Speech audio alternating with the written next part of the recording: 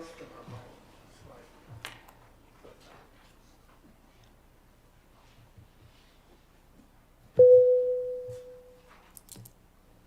Good afternoon, ladies and gentlemen. Thank you for being here. Welcome to the Burke County Board of Commissioners recess meeting for Tuesday, May 25th, 2021 at 2 p.m. I'll call the meeting to order and note that all commissioners are present, county manager, clerk, and Ms. Margaret also. Let me ask you to silence your mobile devices. If you have devices that are going to make a noise, please take care of that at this time. And I would ask you to be sure the microphone is on when you come to the podium to speak. Be sure the red light is on, and that'll help us hear you better and also record the meeting. All right, gentlemen, I'll entertain a motion to approve the agenda at this time. You've had the agenda for a day or so. Let me entertain a motion. So moved, Mr. Chairman. Thank you, Manny. Those in favor say aye. Aye. Opposed, no. I think that's all of us, Madam Clerk. We have several items for discussion today. First item comes from Finance, Volunteer Fire Department, request for tax rate change. This will be presented by Margaret Pierce, our Deputy County Manager Finance Director, and or Chief Robinson from Chesterfield Fire and Rescue Association. Mr. Britton, I will turn that over to Chief Robinson to speak on Chesterfield's behalf. Afternoon, Chief. Good afternoon. Chesterfield Fire and Rescue is requesting an increase for our tax rate. It's been several years since we've done this. Obviously, a couple weeks ago when we were here and we met, we talked about the purchase of our new fire apparatus. This increase would help us to go ahead and pay that off sooner, which we had presented in our purchase of this. Also, since making that presentation to you, we sustained some damage to our building. We're looking like we're going to have to replace the roof on the building. So this is also going to obviously help to offset that cost. If you go back and review our budgetary expenses over the last several years, we've not been able to put any money back into our investments for our department. Everything has basically been a status quo over the last several years because we have not asked for a tax increase. So our current plan is to go to that 13 cents on $100 of evaluation.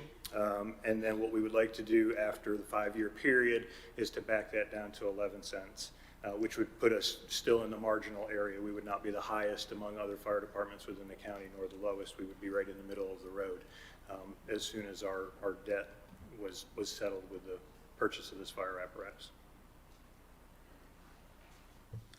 All right, thank you, Chief. Gentlemen, you've seen this information. Any questions for the Chief on this?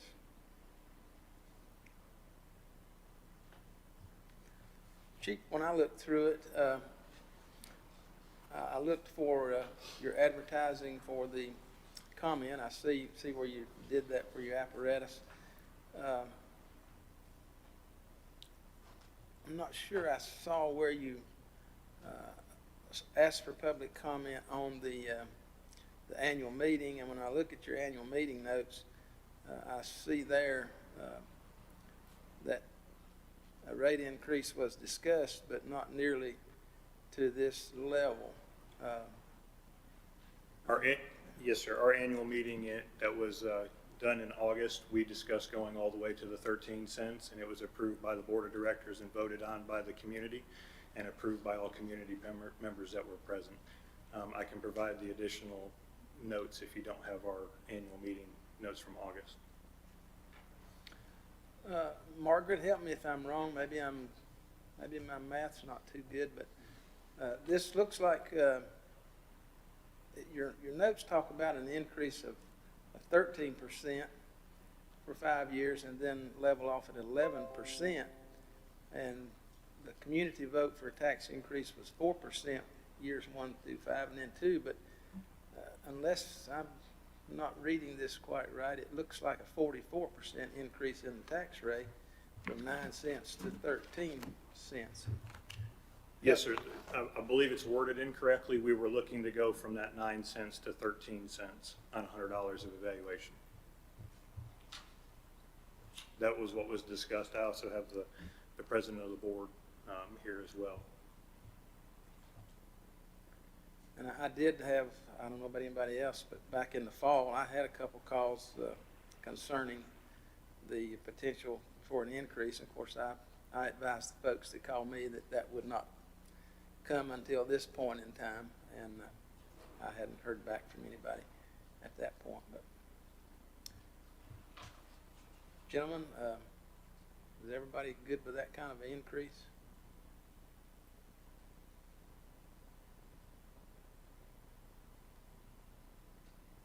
I'm taking that as a yes. Any questions for the chief? Anything else, Margaret, chief? All right, hearing none, we'll move on to the next item. Thank you, chief, for being here. Thank you, gentlemen.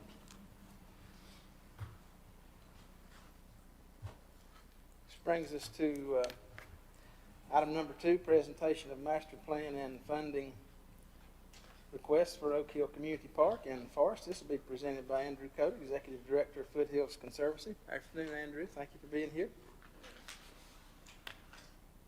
Thank you, Chairman. Commissioners, good afternoon. When I presented to you quite a few slides here, and so I'll try to roll through several of them quickly to get to the meat of it, but I wanted to give you the opportunity to look at some of the pages from our park master plan, and if you had time to delve into that at a later date then. But I'll touch on some of the highlights. So thank you very much for the opportunity to present this to you today. And I also want to thank the county commissioners for voting recently to approve an acceptance of the donation of 17-acre Jonas Ridge Bog property from Foothills Conservancy. We look forward to completing that transfer in the upcoming weeks. So our goal is, and our hope is that this property in Oak Hill, which I'll show a map of in a second, will quickly become an important natural and community asset for Burke County, the citizens here, as well as draw some visitors to the area. And we honestly welcome any partnership, collaboration, and support from Burke County possible now and into the future on developing this into a public asset. Our request was for $10,000 in this budget fiscal year. But again, we welcome any type of support the county is willing and able to offer for this. The park master planning process and final plan was completed by Destination by Design, landscape design and planning firm out of Boone. So the first final draft was completed about 2-3 weeks ago, and we expect the final draft in the upcoming weeks, and that will be available to the public on our website. We used a steering committee to help guide this planning process and the conceptual vision for the park, and that committee included community members, teachers, local farmers, archaeologist Dr. David Moore, who's involved in the Jawara dig, and local county and city planning staff as well, and Conservancy board and staff members. This map will orient you to the property and its location. It is about a 3.5-mile drive from downtown Morganton. It takes about 6 to 8 minutes to drive to the tract from here. 652 acres, and the red outline is obviously the property boundary. Over 2 years, the Conservancy raised $2.9 million in funding from private foundations and contributions, 2 state grants, a federal grant from the U.S. Forest Service Community Forest Program, and several $100,000 of the Conservancy's money to secure this tract. You can see its location here.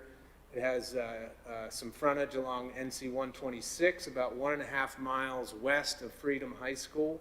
And this is the main access point here. We also, a section of the land adjoins NC 181 in the northern boundary and Watermill Road on the western boundary. And we have 2 pieces of land that come out to 126 here just before La Ferret and then past the curve in the road as well.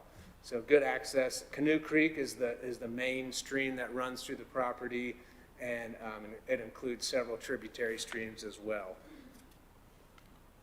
Our project goals is really to transform the property into a public resource that enhances the quality of life for the citizens of Burke County and attracts some tourism as well. We want to offer easily accessible outdoor recreation opportunities and some nature-based education programs so that adults and children can learn about important environmental topics and conservation topics. Obviously, our hope is that over time, it'll help promote economic growth in the county as well by attracting some tourism through outdoor recreation activities. And we'd like to see it connected to some of the other natural and recreational assets throughout the county as well. Just a quick snapshot of the phases of the planning process. Obviously, it began with some significant property analysis and evaluation, some concept ideas through the steering committee. We did invite public engagement and public comment once we got to a firm conceptual vision for the property, and then that led us to a final plan. This slide simply shows Burke County's branding as nature's playground because of the community, natural, and outdoor recreational assets that are throughout the county. And our hope, obviously, is that this can become an important piece of that nature's playground and the recreational assets that are available. You see the property here in conjunction with some of these assets. Its proximity to School for Science and Math and Western Piedmont Community College, the state game lands, state park here at South Mountains and Lake James, obviously the Pisgah National Forest, and a multitude of public trails in various stages of concept development or completion, including the Catawba River Trail here, Over Mountain Victory Trail, the Fauna Flora State Trail, which we would love to see pass through the property or be connected to the property on its way out to the lake, and the Wilderness Gateway State Trail, one of our newest state trails. The planning process considered some other local plans that had been done recently, including two natural resource plans, a forestry plan that we have for the community forestry plan that we have for the tract, and a community agricultural feasibility study. We looked at both the OVT trail plan and Fauna Flora State Trail, and of course we've referenced Burke County's comprehensive parks and recreation master plan. Public engagement, public input was a part of this project from day one. Back in March of 2019, we reached out to the public to really understand if this is something that they wanted the Conservancy to be involved in. Did they want us to try to secure and protect the tract for public use? And then we involved the public in the planning process as well recently. Overwhelmingly, this is our first meeting at Oak Hill United Methodist Church back in March of 2019, I think it was. And we've overwhelmingly heard public support for this property, not just the conservation of it, but also developing infrastructure that will allow public use in the future. The Burke County Parks and Rec plan from back in 2014 had a survey of about 2,200 residents, and overwhelmingly here, trails were ranked as one of the most important facilities that could be developed to improve Burke County. Sort of out of the top 5 trails are 4 of those top 5.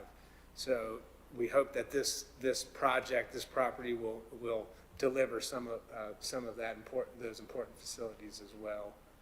Again, an oversight committee helped with the planning process from November of 2020 through May of this year. and really drove the conceptual framework for the property and its current or its future uses. We had to meet virtually primarily because of COVID-19, but we were able to do that through Zoom.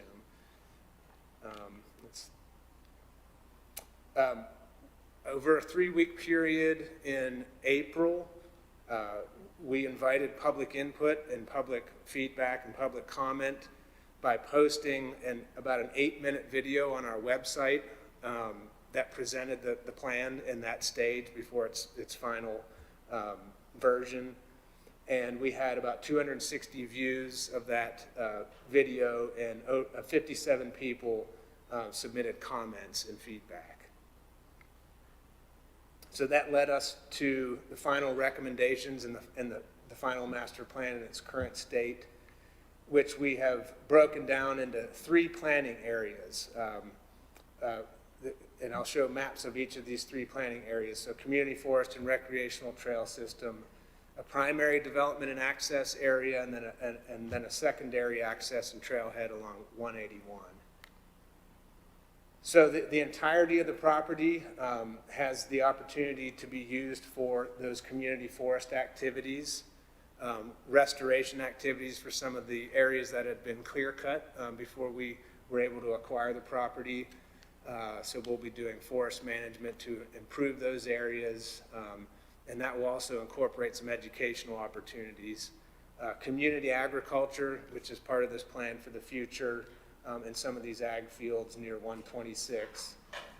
And this is the location, a trail system throughout, and you can see these lines, although the next map will show them in greater detail. A primary development and access area off of 126, which is where currently our best access to the land is, and then a secondary trailhead and access area for the future off of 181.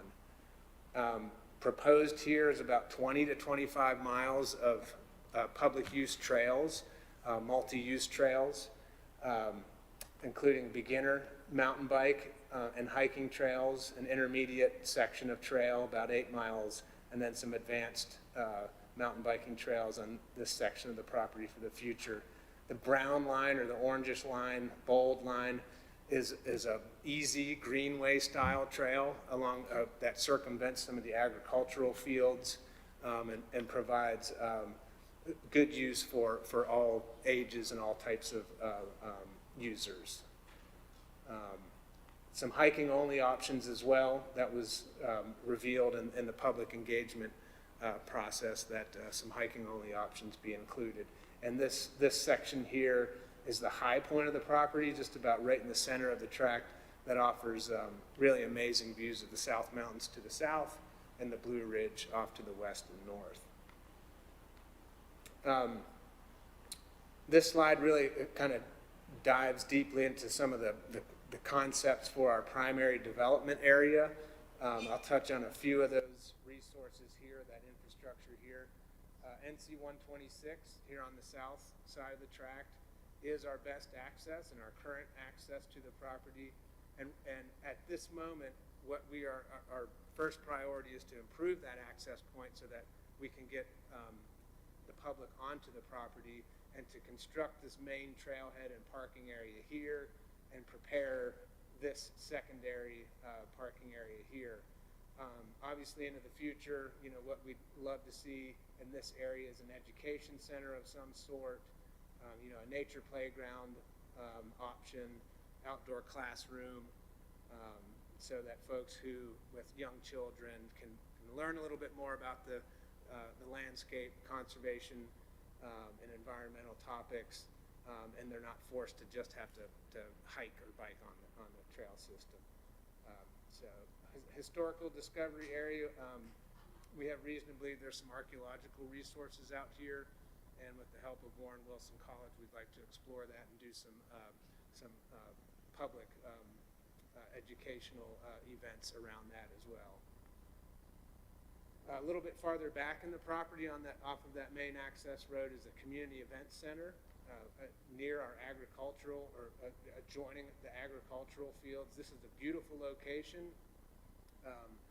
Back off the road, you're essentially viewing the this sort of low-lying ag field, the creek boundary and the forested areas around it. And our vision is to offer a community event center in the future, construct that for any type of event really, but to sort of promote community events on this property in the future. And trail system would circumvent this area and link to the educational area and the other trail system throughout. Again, this property has access on the north end through a strip of land that's a couple 100 feet wide, touching 181, just this side of the United Methodist Church prior to Oak Hill School. There's a strip of forested land in between some of the homes on 181, and that is a part of this property. And in that area, we've planned a trailhead and parking area, and this neat concept here, which is a drive-in camping option. So how to implement all of this? The plan came with a budget estimate, and I'm almost afraid to mention what that is. It's at the gold standard. What they had proposed to us, Destination by Design, was gold standard of everything.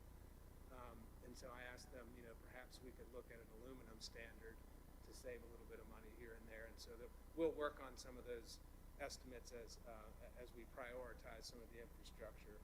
But two state programs that offer funding that would be applicable to this property are the Parks and Recreation Trust Fund and the Recreational Trails Program. As a nonprofit, we are able to apply to the RTP program, and we intend to do that in this upcoming cycle for some funding support for the developing the trail system. We are unable to access funds, the Parks and Recreation Trust Fund. Local governments can apply to that program, and so that's one way that Burke County could participate and support this project. Our organization, our land trust, set aside several $100,000 at the end of last year that we hope to leverage through these types of programs and through other fundraising to initiate some of the park infrastructure development. And so we have matching resources for some of these programs, and we intend to continue to raise funds. But leveraging those monies will be important to help us out with this project. Obviously, we've prioritized some of these, the development of this property out through, anywhere from 10 to 15 years, and beginning with improvements to the entrance road, construction of the main trailhead, and parking area off of 126, and the first 5 to 8 miles of trail. A local trail designer, Tim Johnson, has agreed to align the trail, design the trail, the first 5 to 8 miles on the ground, and he'll be finished with that work probably this fall.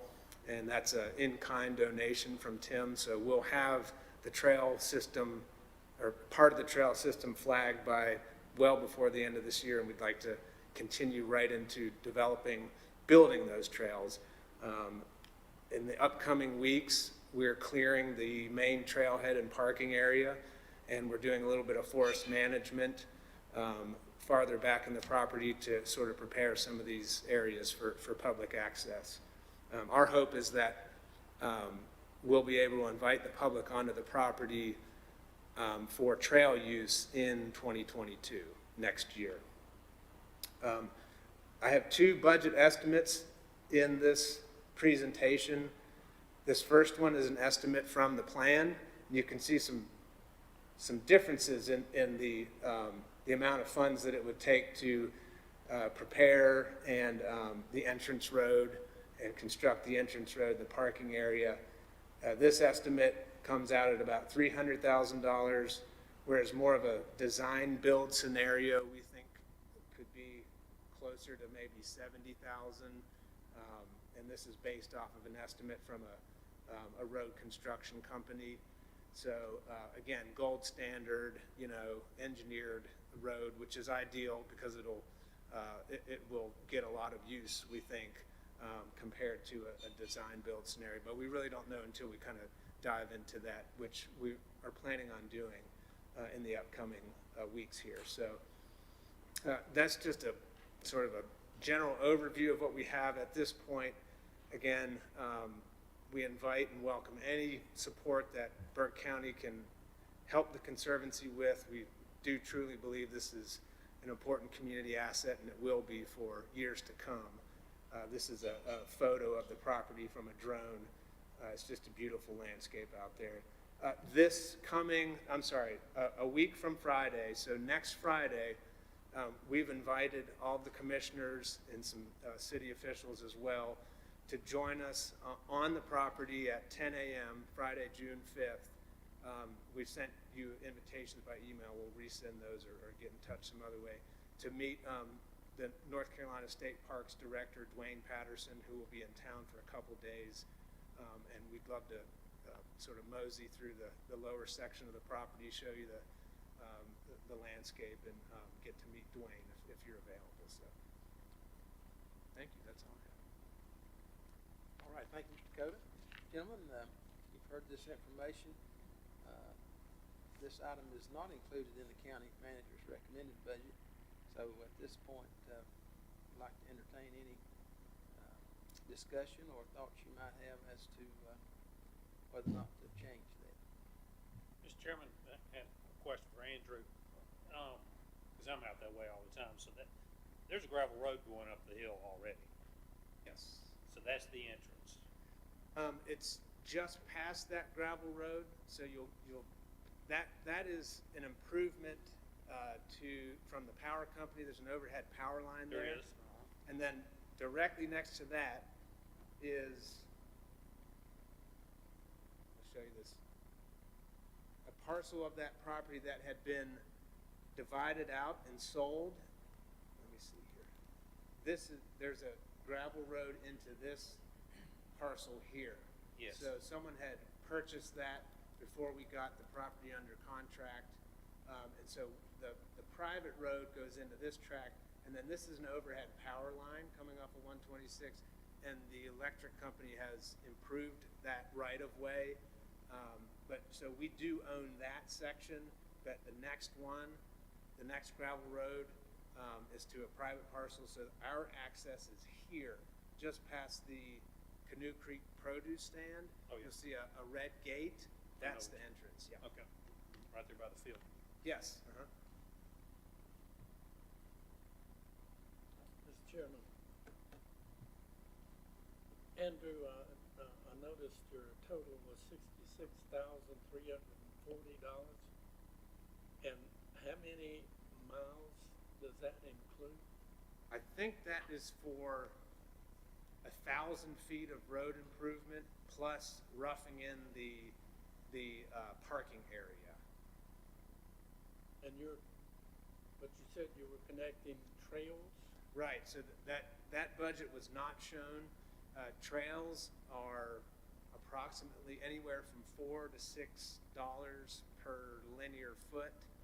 So the first 5 to 8 miles of trail would be, I think the first 5 miles would be somewhere in the $130,000 range for construction. But what we've requested from the county, obviously any support over the years is welcome. But we're at this point looking at improving the access road, widening it. We're looking at gravel surface at this point, not paved surface, and then sort of a basic parking area and trailhead at this point. And just to get people out there. you have $660,000 committed to this project? We have $400,000 that the Conservancy has set aside at this point to hopefully leverage with grants and fundraising. In the future, when you get it constructed, what is the cost to upkeep and maintain and personnel? I don't know if you're going to call it govern or to look over that trail or that part of the trail. Right. Yeah. So this is not an operations plan. and we haven't dug into that fully, so we don't know what the long-term costs will be. We're hoping for support from various groups, friends groups, possibly Burke County Parks and Rec, our volunteer program for some of the basic trail maintenance. At this point, typically trails have a good sustainable design to them and construction process where they help to shed water, and I'm sure you know a little bit about that with the Fauna Flora State Trail. So long-term management, that hopefully mitigates some of their offset some of the long-term management costs. But we haven't done a cost analysis for the long-term management and maintenance. We're really just prioritizing pieces as we go and as we're able to raise the funds. So we're hoping for partnerships on And those funds. I drifted away trying to do a little math for a moment or two during your presentation, and you might have said this, so I apologize if you did. How many other trails are you going to interconnect with this project? Well, our plan, our concept for this is about 20 miles of public trails on the property itself.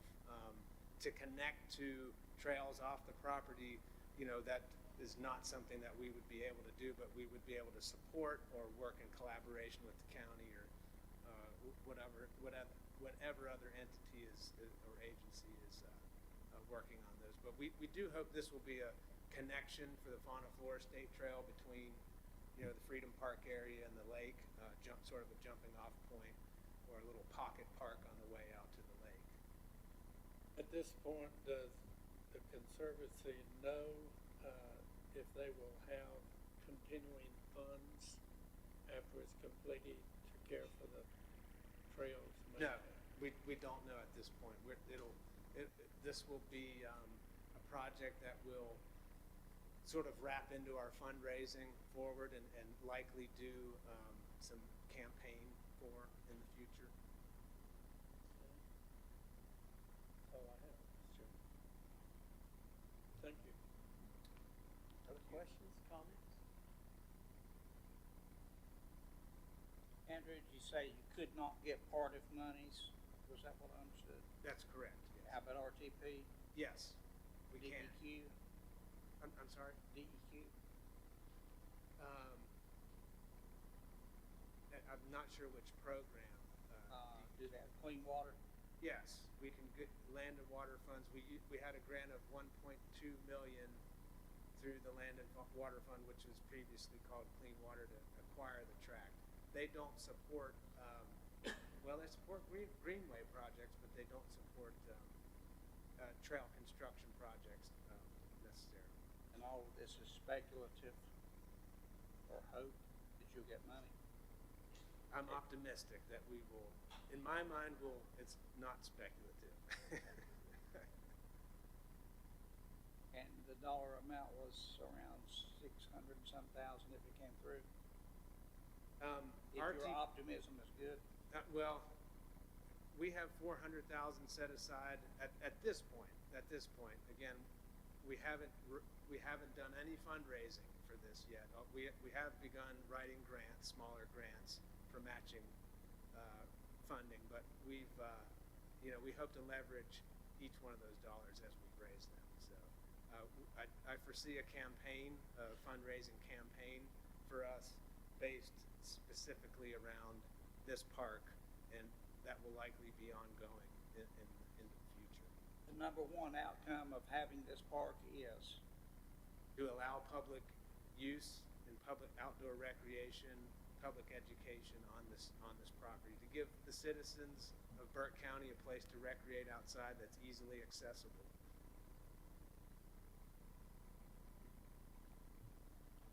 Other questions, comments? Any further direction at this time? Mr. Chairman, this fits in our vision and my viewpoint.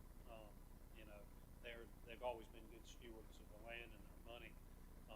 And I know some of it is good faith, but so was Fauna Flora Trail, which is going to be really close, probably be interconnected at some point. So, to me, this kind of fits into our vision. So I would say we support it. at some level, whether it's the 10,000 or not. That's just my viewpoint. Thank you, Scott. Any other discussion? Mr. Chairman, I had one afterthought that I'd like to ask Andrew. You've got some agricultural land separated. What's gonna be grown on that? You're just calling it agricultural. At this point, so the agricultural fields are in the lower section of the property on both sides of Canoe Creek. We currently have a conservation easement is applied to this property, about 275 acres of this property. And some of that encompasses the ag field, so we're unable to do agricultural production or management within a 300-foot buffer of Canoe Creek and some of its tributaries, so which cuts off some of that acreage. We're able to maintain early successional vegetation and habitat there, and that's actually the location of the greenway style trail that we'd like to, the sort of the level trail that we'd like to offer on the property. We currently have a 3-year lease with a local farmer who will, I think he's going to do a rotation of corn and barley, so an overwinter crop. And the idea there is to get some of that barley into the hands of the local breweries so that they can use it for beer production.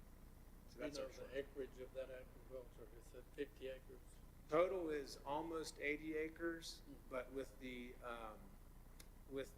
easement applied, I think that reduces it down to about 50 acres.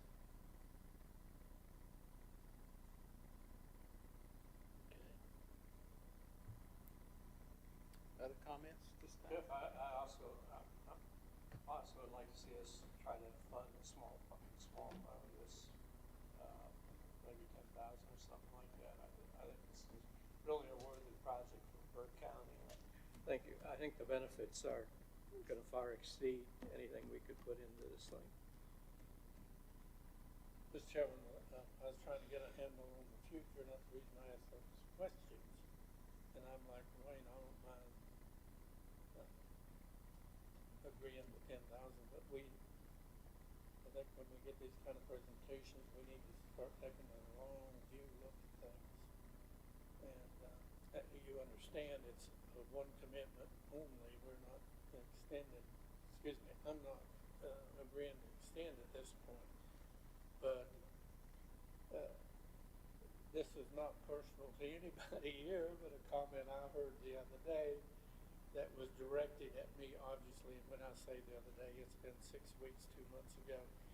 Said we were going to have more parks and trails than we had play areas for the kids at school, or more than we had school. So I think at some point, as a county, we're going to have to look at, is there more need for that kind of thing, et cetera, but it's not now. It's not what I'm recommending or asking now. I just think that we have to, at one point or another,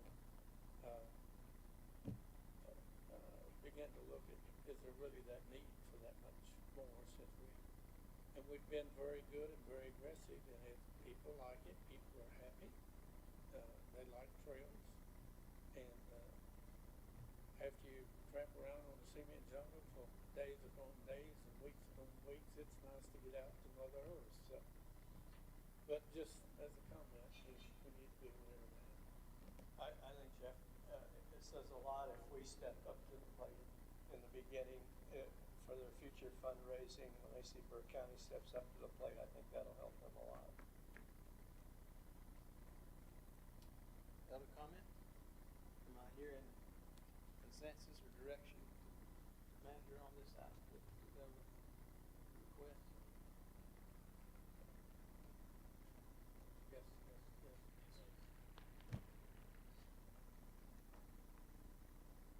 All right. Thank you, Andrew. Thank you. Mr. Manager, we'll add this to your budget, please, sir. All right. This brings us to item number 3, Friends of Fontainebleau State Trail funding request.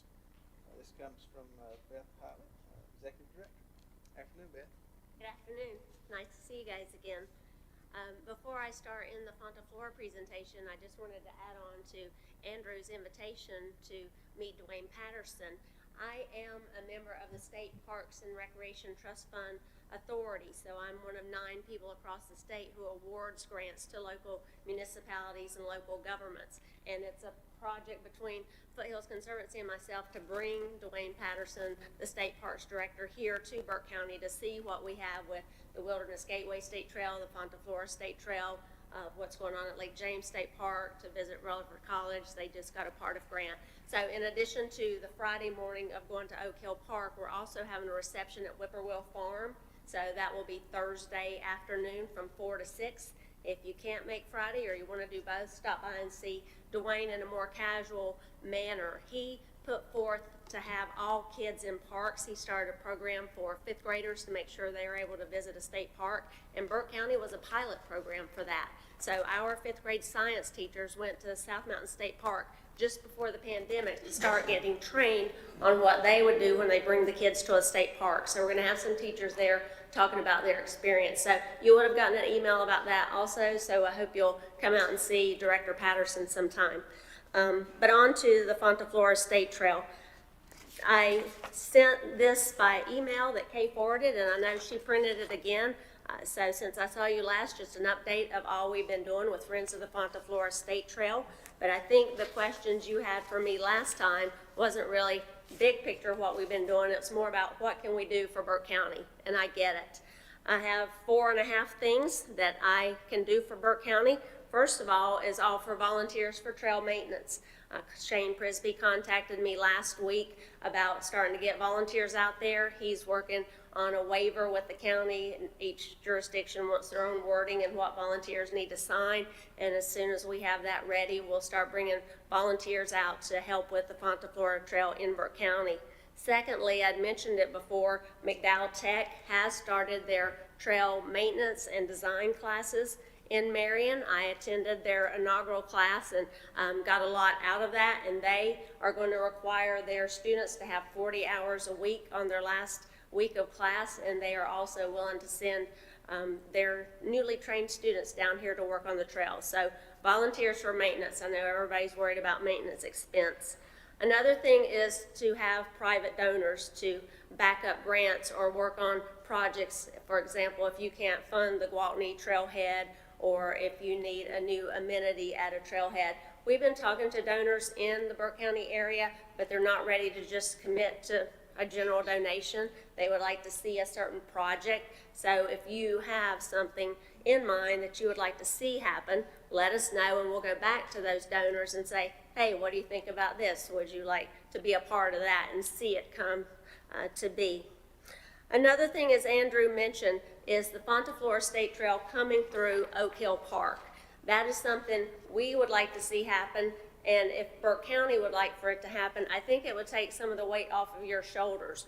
Right now, the Fonta Flora Trail was looking at staying down along the Catawba River, but I think there's some issues with easements from all the different landowners down there. Shane Prisby is aware of this. He was on the steering committee for the Oak Hill Park, and he's on the advisory council of Fonta Flora State Trail, so I'm not like going around anybody. It would be a great feature to have Fonta Flora State Trail go through Oak Hill Park for the benefit of the park and to help the trail move forward and take some weight off of the county. If you have Foothills involved working on that, they're going to want to see it connect, so they're going to push more. And Foothills is a little more nimble than a county government. For example, they helped us out with the Fonta Flora in McDowell County. We had 11 acres that we needed for the trail to pass through. It was going to take forever for McDowell County to get it purchased. Foothills purchased it and holding it until McDowell County can pay for it. So having them on board gives you a little more options, a little more flexibility. The other thing that I just thought of this because the last 2 or 3 weeks, it's like every time I turn around, people are talking about, is there going to be camping on the trail? Where can we camp? Because now that we're getting it out there, it's 100 miles, people are going to want to through hike that. And can they stop? At what point can they stop and hike along the way? There's going to be camping at Oak Hills Park, so you can, start downtown Morganton at the Fonta Flora Brewery and go 6 miles or so and camp your first night. If you're a family, you're probably going to make 5 or 6 miles. I realize if you're a little more healthy and agile and don't have kids dragging around with you, you might make 12. But I started looking at that, where can we have camping added along? The other thing is, again, I mentioned before, with some support to be able to continue the executive director position, is to make sure this project doesn't just stay in Burke County, to make sure it doesn't die here. Because right now, it's here, and people in Burke County know about it, but a lot of other people don't. So if we can get it on up to Marion, to Old Fort, to Asheville, when someone's in their tourism centers, they'll say, oh, you can get on the Fonta Flora here and go all the way to Morganton. If the trail's never there and they're never promoting it, no one's ever going to say, go all the way to Burke County, go to Lake James. And the last one, I kind of give this a half because it's just come up in the last few weeks. I'm getting more and more emails just about the trail. Where can I get on the trail? What can I do on the trail? Where can I access it? And I'd asked Ed Phillips before about some tourism numbers of how many people are coming to Burke County to get on the Fonta Flora Trail. Because, I mean, the parking lots are full. And he said right now he doesn't have numbers because people don't come here to do Fonta Flora. They get here and learn about the Fonta Flora, but there's not like a bigger marketing campaign out there. So I feel like the hiking learns we've been doing and getting the word out is creating more interest for people to come to Burke County. So it's kind of like I'm a new contact of pushing the trail and getting it out there. So that's my response to what can I do for Burke County versus, you know, what am I doing for all three counties? And I try to be equal in what I do. But then I want to hand over to Judge Bob Hunter to talk a little bit about what other funding options we are looking at. Thank you, Beth. Commissioners, and especially Commissioner Carswell, who's on our board and a valuable member. Beth is a jewel. We started working with the Friends of Fonta Flora State Trail. The last time we met with you, I think I told you it came out of a meeting of the Friends of Lake James State Park. And that was November a year and a half ago. And so it took us a while to get organized. And we've gotten organized now. Fortunately, McDowell County loaned us their recreation trails person, IT person, Blair Melton. She's leaving now and going to Michigan with her husband. So they're losing her. But for the last little bit, we've had Blair a little bit, but Beth came in February. And since February, we've made amazing, amazing progress. And it's taken some of the work off me because sometimes I felt like I was a part-time executive director. But you've seen some of the things there in that information, and I'm not going to go over them again. Let me just point out that Burke County and McDowell County really are gifted. I guess you can say God gifted us when he gave us Lake James and the Lake James State Park. And that's probably the biggest draw for McDowell and Burke County is why people come to this area. And the two focus areas of the Fonta Flora State Trail right now are Burke County around the lake, and then McDowell has been behind y'all. Y'all got a $10 million from Duke Power, and that really gave you the money to do a lot of the grants and what you've been able to build here, along with the money that y'all have put in as well and the grants. But McDowell's been behind. They've got the Marion Greenway and the McDowell section, and now we've got the project connect those up. But Old Fort is becoming another focus, Old Fort to Black Mountain. That's going to be another hub. With the state purchase of the property up there, leasing it to the town of Old Fort, and we expect to get a grant to develop that property this fall. But Old Fort's already becoming a major bicycle community. And we're just working in the last week to develop a bicycle trail that we really won't have to do much to, get 4 easements, but that will really enhance the town of Old Fort and the businesses up there that are bicycle related. And so even until we get the money to develop that trailhead, we're going to be able to make a significant impact up there. And that's just come about in the last basically 3 weeks, since one of the people up there in the bicycling community that runs the Ride House there, that brings in a lot of people, pointed out the need for us to have that. But there's some other things going on. The Black Bear, McDowell County, Duke Power is now doing that. The trail will go through there. That's going to be a county park up at Black Bear, and that will really enhance the trail as well. We've got Duke to agree to extend it a little further across their property to get it to the highway up there. Now we've got to go back from there to connect up to Burke County. That is a major focus, and that's a key link. I want to talk to you about investment because I figure we're asking you for $30,000. I think we pointed out last time how we came up with that amount and the way proportionally that the various 9 local governments that we have in those 3 counties. And so we were able to get enough money. We've got Beth enough money to employ her through July. And then that's just part-time. And when I took this position, I was told if you're going to do an effective job in promoting this trail and taking it from a 30-year plan to a 10-year plan, you got to have a full-time director. And we'd hoped to get money to do that. Bridge money, hopefully, because we're trying to get the state to put money in these state trails. And I'll talk briefly about that in a second. But we've got enough to keep her employed through then. If we lose her after that, I don't know what will happen to the organization, but there's no way we can be anywhere near as effective as we have and with the momentum we have right now. Let me talk briefly about what's going on in the state. And I can tell you, 3 of the people that are involved statewide in getting money from the state for trails are in this room today. Beth, Andrew, and myself. And we're part of a key organization that has grown tremendously in 1 year called the Great State Trails Organization. And we've been able to get in the governor's budget money for state trails. The state has not put any state money in trails except for what comes through part of. That's in a little bit of land and water. But there's no designated state funding for trails. The DOT money that comes, and there's a project in McDowell that'll connect up those 2 greenways that we're working on. There's no state money in that, that's federal money. But we're in the governor's budget, and then we've got legislative, a bill introduced.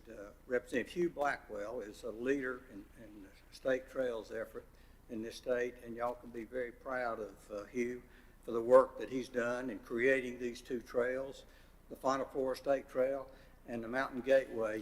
Y'all are very, very fortunate, as is McDowell, because both of them will come through McDowell. We're working in the legislature. They're meeting today on funding. We have a bill that will provide state funding, and if it comes through, there's going to be additional money for Burke and McDowell and these others, especially for the state trails. There's 9 of them, probably going to be a couple more added. And so this is the state's emphasis. DOT has now started recognizing that trails are an important part of what's going on in the state. I was told the other day by the McDowell Economic Development Director that the 25 to 50-year-old people that are coming into these industries, what do they look for now? Outdoor recreation. And y'all are blessed, and McDowell's blessed. And so we have an opportunity to take advantage of something that can really mean a lot in developing Burke, McDowell, and Buncombe. Buncombe's got other trails. They haven't gotten interested in this yet, and so we're going to have to keep working with them, except for Black Mountain, to connect that Black Mountain to Old Fort, as I mentioned.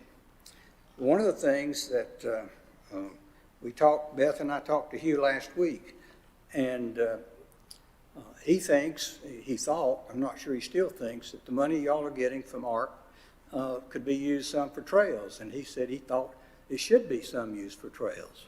Well, now we're hearing that maybe that can't be used for trails, so we don't know yet the answer to that question.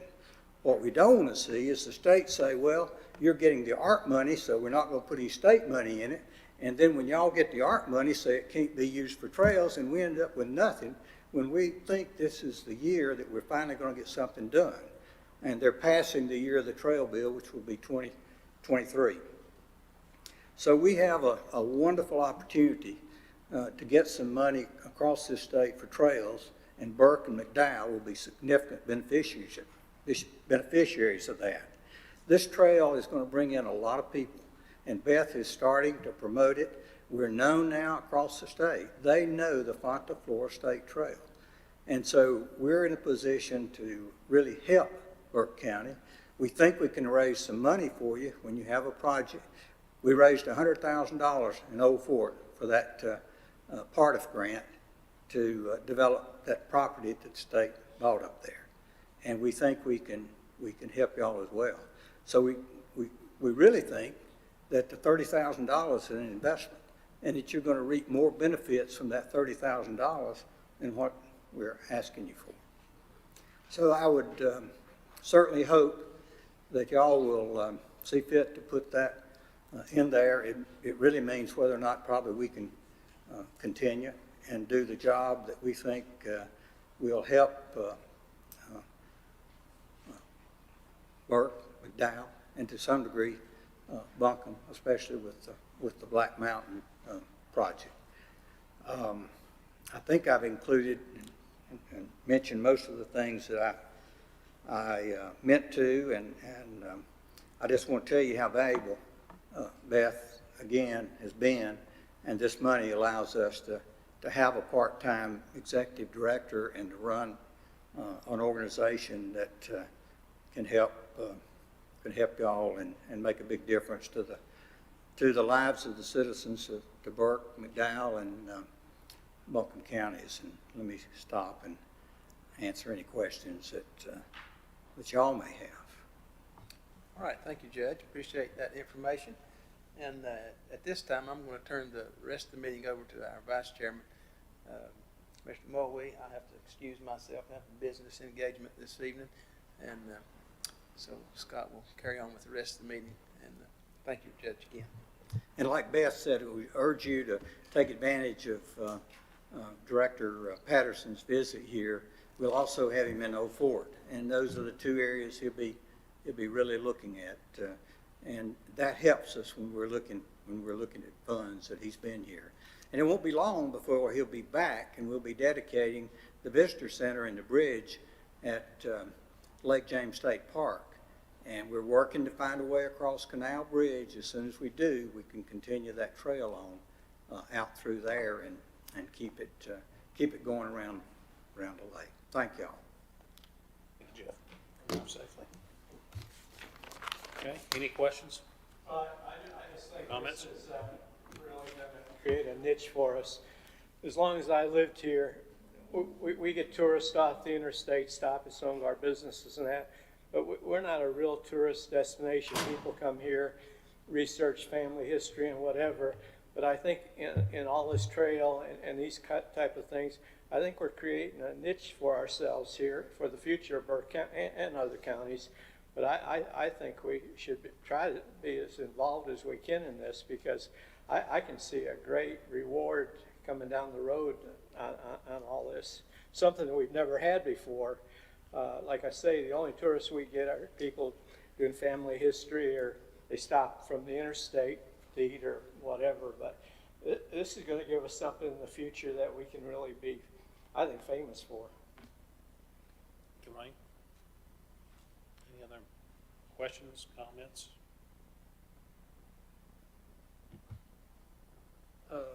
Vice Chair, I'm still at the point I was when we discussed this 4 or 5 months ago, 3 or 4, and postponed it to this date. I still support that. I think all of us can look back and see that most of this trails and the park construction has been done by 90% of other regional, national, and state dollars or endowments from Duke or whoever. And I think it's a good investment for us at this point. And I do think, and repeat what I said before, at some time we need to stop and review and say, how much more is needed. But in this, several months ago, and I still would support the 30,000. Thank you, Commissioner. Thank you, Mr. Vice Chair. I will take a moment to say, I want to express my disappointment in Buncombe County, my disappointment in others that have decided not to give any monetary commitment whatsoever. Other towns have backed out. I guess I hate to see, Judge, I hate to see Burke County take the brunt of this. $30,000 is a lot of money. And we were asked to commit the most, and I know we've received a lot of grants, and we are probably many, many years ahead of others. As far as trails go, so the bottom line is here that a lot of people decided, some people decided not to give, $1,000 from Glen Appleton, $1,000 from Old Fort, $5,000 from Black Mountain, $5,000 from Marion. Glad that Marion and McDowell come in and committed, because most of the work to be done now is going to be done in McDowell County, moving on up through Black Mountain, Old Fort. So the bottom line is, if if we don't give money, you're not going to have an executive director. There will be nobody to do the work that the charter for the Friends says that they're required to do. A, B, C, and on down the list of what they're going to do. And Beth's resume is well known in the western part of the state, and probably all the way across the state, what she can do and what she's brought to the table. I want to be real blunt about this. I have some consternation about having to be the one to give the most money, since we've done the most work. And I think you understand that, Judge. I've said that before. But I will not, if the board decides to do this, I will certainly support what the board decides to do on this. I hope the Friends go back to Buncombe County and talk to them again and see if they can't get them to commit, since they're gaining a lot from the trail just as much as anybody else is. They're getting a good deal of people coming into the western part of the state of North Carolina using our trails now. Like you said, we have a gym. Lake James is nothing but just a diamond in the rough for us. So we that was our vision when we started to do the trail around Lake James. That was Scott's vision, Shane's vision, is to make it as pristine as they can make it a great trail. So people, as Wayne said, people come start looking for us now and say the trail's here. That's it right now, Mr. Vice Chair. Let me point out one thing, and I should have emphasized it, and I didn't. We've been pushing for state, when I said state funding, that's money for grants. But one of the major things that we've been pushing for, and we're working for, is to get the state to fund each one of these state trails for $150,000, the Friends Group, or the organization that's supporting them. And we're still pushing that, and we are hopeful that we'll get that. And if we get it, we'll return the money to you, because it'll give us the money to operate. So, and the other thing is, if you give us this money and you don't think we've benefited from, if you don't think you've benefited from it, we won't ask you again. As far as Buncombe, that's been a tough nut. But I have to tell you, they don't have anything planned for Fonda Flora. They've got a lot of trails up there. And they've got people coming in up there. They don't need the trails. We in McDowell and Burke need these trails. So we're going to keep trying to get funding from up there. But I would hope you wouldn't let that keep us from being able to be an effective organization and continue to exist. The point is, you asked them for money and they turned you down. At this point, but we're still continuing. 2 weeks ago, we had our strategic meeting with Buncombe County, and Nate Pennington there is their director of planning, and they're working on a comprehensive plan right now, and are committed to, they have a Swananoa Greenway, River Greenway coming down through there, that they need to start calling that Fonda Flora State Trail. They get that a swamp rabbit trail or a Damascus Trail, those kind of things bring people in a long distance trail. So Nate is a good champion for us there and is going to start pushing for it. June 10th is my next meeting with Asheville, so we're going to have our strategic planning meeting with the Greenway people, with their Parks and Rec people, instead of, first perhaps we talk to council and mayors and chairmen. Now we're talking to the people who are planning every day and helping them understand what the trail can do, so then we'll be in a better position to ask again. So just because we were told no, I didn't run, tell, and hide, but we're still getting in there every few weeks to make sure they understand what this will bring to Asheville. Thank y'all. And I will just echo what Johnny, and when y'all came before us last time, that was the point that I made. I had a little heartburn about us giving more than McDowell. I know the population, whatever. I mean, And budgets. And budgets. I understand that, but we're going to be paying the lion's share, and we've already got most of ours completed.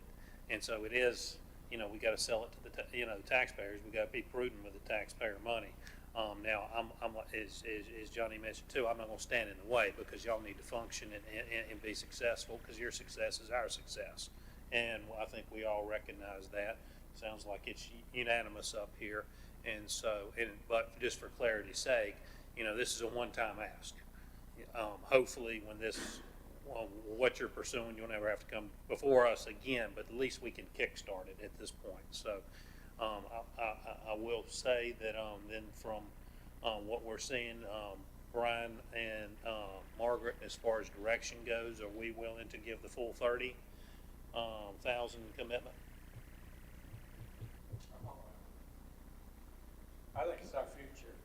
I really do. When I look at Burke County, Mr. we Chair, got pass-through tourists, but this is going to bring people to our county, McDowell County. Mr. Vice Chair, I agree with the thoughts and ideas that we're boosting the most money, and would be real nervous if I thought most of the work would be going to Buncombe County. My thought on this, and that's the reason I said we give a $30,000 one-time donation, but after that we reconsider, simply because if it doesn't work the way we want it to work, and there's not great plans somewhere in the future to correct it. But I think for now, I see this project as a 4 or 5 county joint venture, and if you're going to start an operation and an organization, you need some funding to get it in first gear at least. So, and that's the reason I agreed to do it anyhow. But that was my biggest negative thought, but I got over it. All right. Thank you. And we, Commissioner just to Taylor. point out, we're not doing much work in Buncombe County. We're only trying to get them to agree to at least get it to Black Mountain, because we're right there at Ridgecrest. And we're working with Ridgecrest that's going to do something that's going to connect up some trails as well. But we're not going to, Burke County's still got trails to put on the ground. We heard the presentation, and y'all are far ahead, but you still got some. And we think you can do that quicker, and we're willing and want to help you do that. So it's not only maintenance, that's something, but there's still a lot of work to be done, and Sure. we want to work with Shane and help y'all do the rest of it, because y'all can get it completed first. You're in a great position, and as been said, this is going to attract people to Burke County. You're going to get most of the benefit out of this at this time. McDowell, I think, has got potential. Buncombe is not right now, and quite frankly, they're basically telling us they don't need it because they've got so much other stuff bringing Sure. people to Buncombe and Ashland. Judge Beth, thank you so much. I guess the direction of the board then, staff is, will commit to the 30,000 for this one-time upcoming budget. Thank y'all. Have a great day. Moving on to item number 4, fiscal year 2021-2022 budget explanation of change in items of note presented by Margaret Pierce, our deputy county manager, finance director. Good afternoon. Good afternoon. So you have the notes in your packet, but we'll go through them briefly, and I wanted to mention a few things that aren't on there about our revenues. As you can tell, we're up estimates in ad valorem property taxes. That somewhat relates to all the additional building and permits that we've talked about in the past year, where we've added some properties and things, increased values due to renovations going on, and also collection rates. Our sales tax is budgeted with approximately a 3% growth. We're being conservative, knowing that the past year we have seen unusual spending due to the stimulus funds that have been put into the economy, due to the increase in unemployment benefits to citizens. So some of those funds have maybe been one time, although some will continue into the next fiscal year. But we do anticipate minor growth in sales tax. Your other revenues will be basically level. We'll see some increase in DSS revenues coming back from the state. Otherwise, our revenues are fairly consistent with prior years. With that said, I'll move into the expenditures. The AIDS and Donation Department was recommended with a $2,055 increase. We will go ahead and add the $40,000 you've discussed here to make that a $42,000 increase to that area. The $2,000 minor increase related to conflict resolution, adding 7 hours of services a week for court mediation and the worthless check program they do in Burke County. Animal Services requested 2 new positions, and 1 is recommended for an animal care specialist. That will be another animal technician. That increases their overall budget approximately $48,000, along with other minor operational increases. Building increase, inspections will increase approximately $3,545. This has to do with just various increases in benefits. One of the overall benefit changes is retirement system increases. The state increases that, and we have to abide by that increase. It is 1.25% of all full-time salaries. Anyone in the retirement program, we have to pay that in. So overall, you'll see some departments that is really the predominant change. Burke County Schools requested no increase and is being recommended to stay at the current level as they requested. We are evaluating with their staff, though there's a bill still out there that the state may fund 1 nurse per school. We are currently funding 11 nurses, and if that happens, then we would no longer be paying out that $891,000. We're both aware of, if that changes, they understand they would reduce that, what they're getting. But we may not know in time for the new budget because the state does not always meet the June 30th deadline. Communications Department, there's a decrease. That really ties to that new software you approved from Motorola and the portion that's in the current year budget that won't be in next year's. The only capital was free radio replacements are included within their request. Community Development and Planning will have a decrease in the recommended budget. They did request 1 position for a new administrative person that is not recommended at this time. They did have a $30,000 one-time grant for abandoned mobile home removals in their budget, and that's what the $28,000 decrease ties to. And Cooperative Extension will have a minor increase, $5,165. That would tie to benefit increases from NC State and minor salary increases because the state plans right now to have an increase for salaries of state employees. They did request furniture replacement for 2 of their offices, a tractor to do some outside work, and a small van or bus to transport with, and we were not able to include any of those requests in this year. The county manager's office budget will see an increase in the recommended budget over current year of $127,290. That ties to the position requested by the county manager. the court system had an increase of $100 in their request. This is the off year where they have, or on year as you want to call it, the jury commission payments out this year. Debt service will have a decrease of $271,080. DSS will have an increase of $749,863. They requested 7 new positions. At this time, none are recommended. We are going to be exploring whether any of the ARP funding, the American Rescue Plan funding, may assist us with funding some of those positions. We met twice, Rhonda and I, with their leadership team, Corey, Matt, and worked through what we could do and what we may be able to do. And at this time, they understand where that's going. The economic services portion of their department is in the pay plan study, and that is tied somewhat to their increase. The other major portion of their increase ties to the benefits programs, where pass-through funds for foster care, adoption, board payments, etc.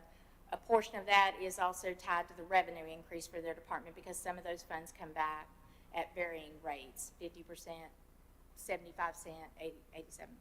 Yes, sir. Do you anticipate any of the ARP money will be available for DSS? You painted me a picture there, but it's a broad picture of ARP. What do you anticipate would be in ARP that could be used for DSS? We're still waiting on final guidance, which is not due out until the middle of July. So the interim guidance talks briefly about funding them as essential positions to assist with economic stabilization, but it isn't clear. Which means what? Exactly. It is not clear what they mean by that, so we need to see that final guidance to understand where we might go with those. In our discussions, with Brian and Rhonda and I, and trying to evaluate those positions requested, it may be something that if those funds aren't, some of the things in our budget, not just this, if we find that we're wrong about our initial read on those funds, we maybe have to come back and talk about what that means mid-year. But at this point in time, we aren't certain that will be able to fund any positions from there. All right, thank you, Margaret, for that explanation. Margaret, that 749,863 was declined, but you're saying that the increase of 477,840 is due to beneficiary program funds. Since that's a state institution, that should not take local county dollars. Why is that on there? I didn't hear the first part of what you said, but those beneficiary programs are not 100% state funded. There are county dollars in them. Some of those programs run through us first and we get reimbursed from the state, the portion they're willing to put in. Some of those the state funds and then bills us for our portion. But the programs I'm talking about, board payments for children that qualify under the 4E program, would be at, say, an 87% funded by federal and state dollars and the rest by county dollars.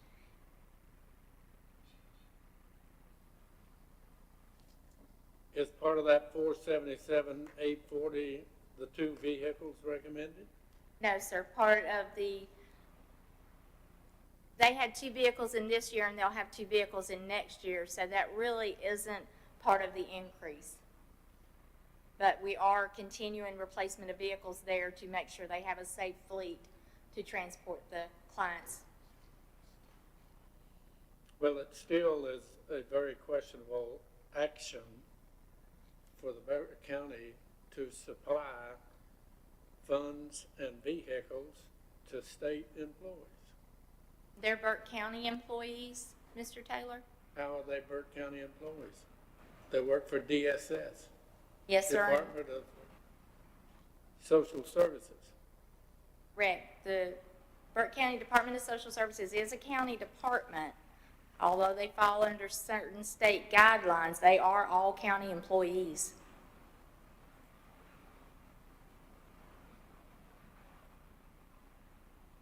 Do we get reimbursed for those money we spend for them?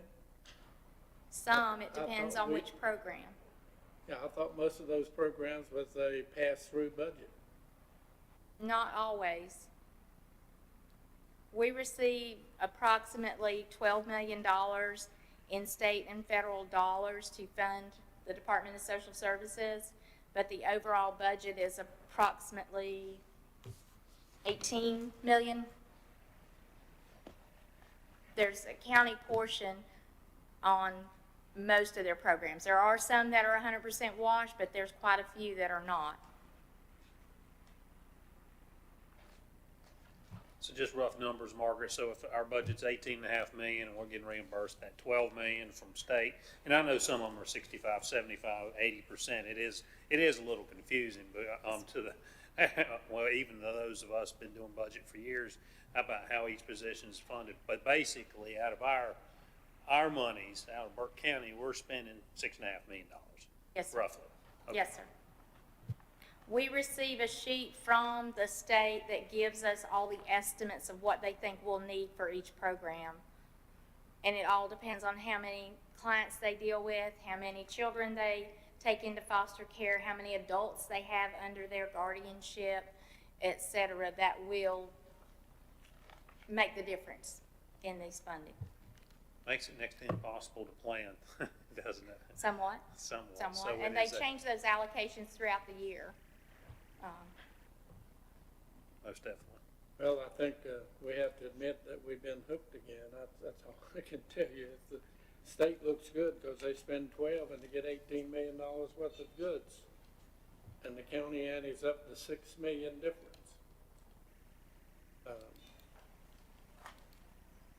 That's all the question I have. Any further questions for Margaret at this point? Okay. Go ahead and continue, Margaret. Thank you. Okay.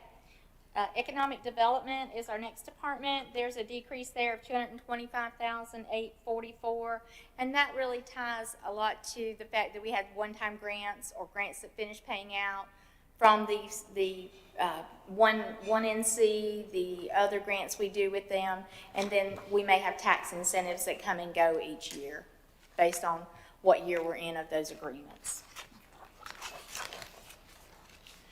The election department has an increase recommended of $59,665. They did request a pay increase for their board members, which is not in the recommendation. There are 2 election cycles in the coming fiscal year, and that's really what that increase is, where last year they only had one in March. Now they'll have a November and March. EMS has an increase of $425,290. They did request 4 EMT paramedic positions, and they requested that 8 of their part-time positions be RIP, and those are both included into the recommendation. A lot of this ties to Jonas Ridge used to be able, as a volunteer department, to provide assistance on calls out of there, and we only provided 1 staff member. But due to changes in their roster, just as we've seen with other volunteer fire departments over the past several years, they've just not been able to provide that. They still provide us a free space to be, but they just don't have the manpower. So we've been supplementing it with our full-times, which creates an overtime situation. So we are hoping that this will, part of this will be covered by reduction in overtime as we're able to hire these positions in, and that overall we should see some decrease on that part.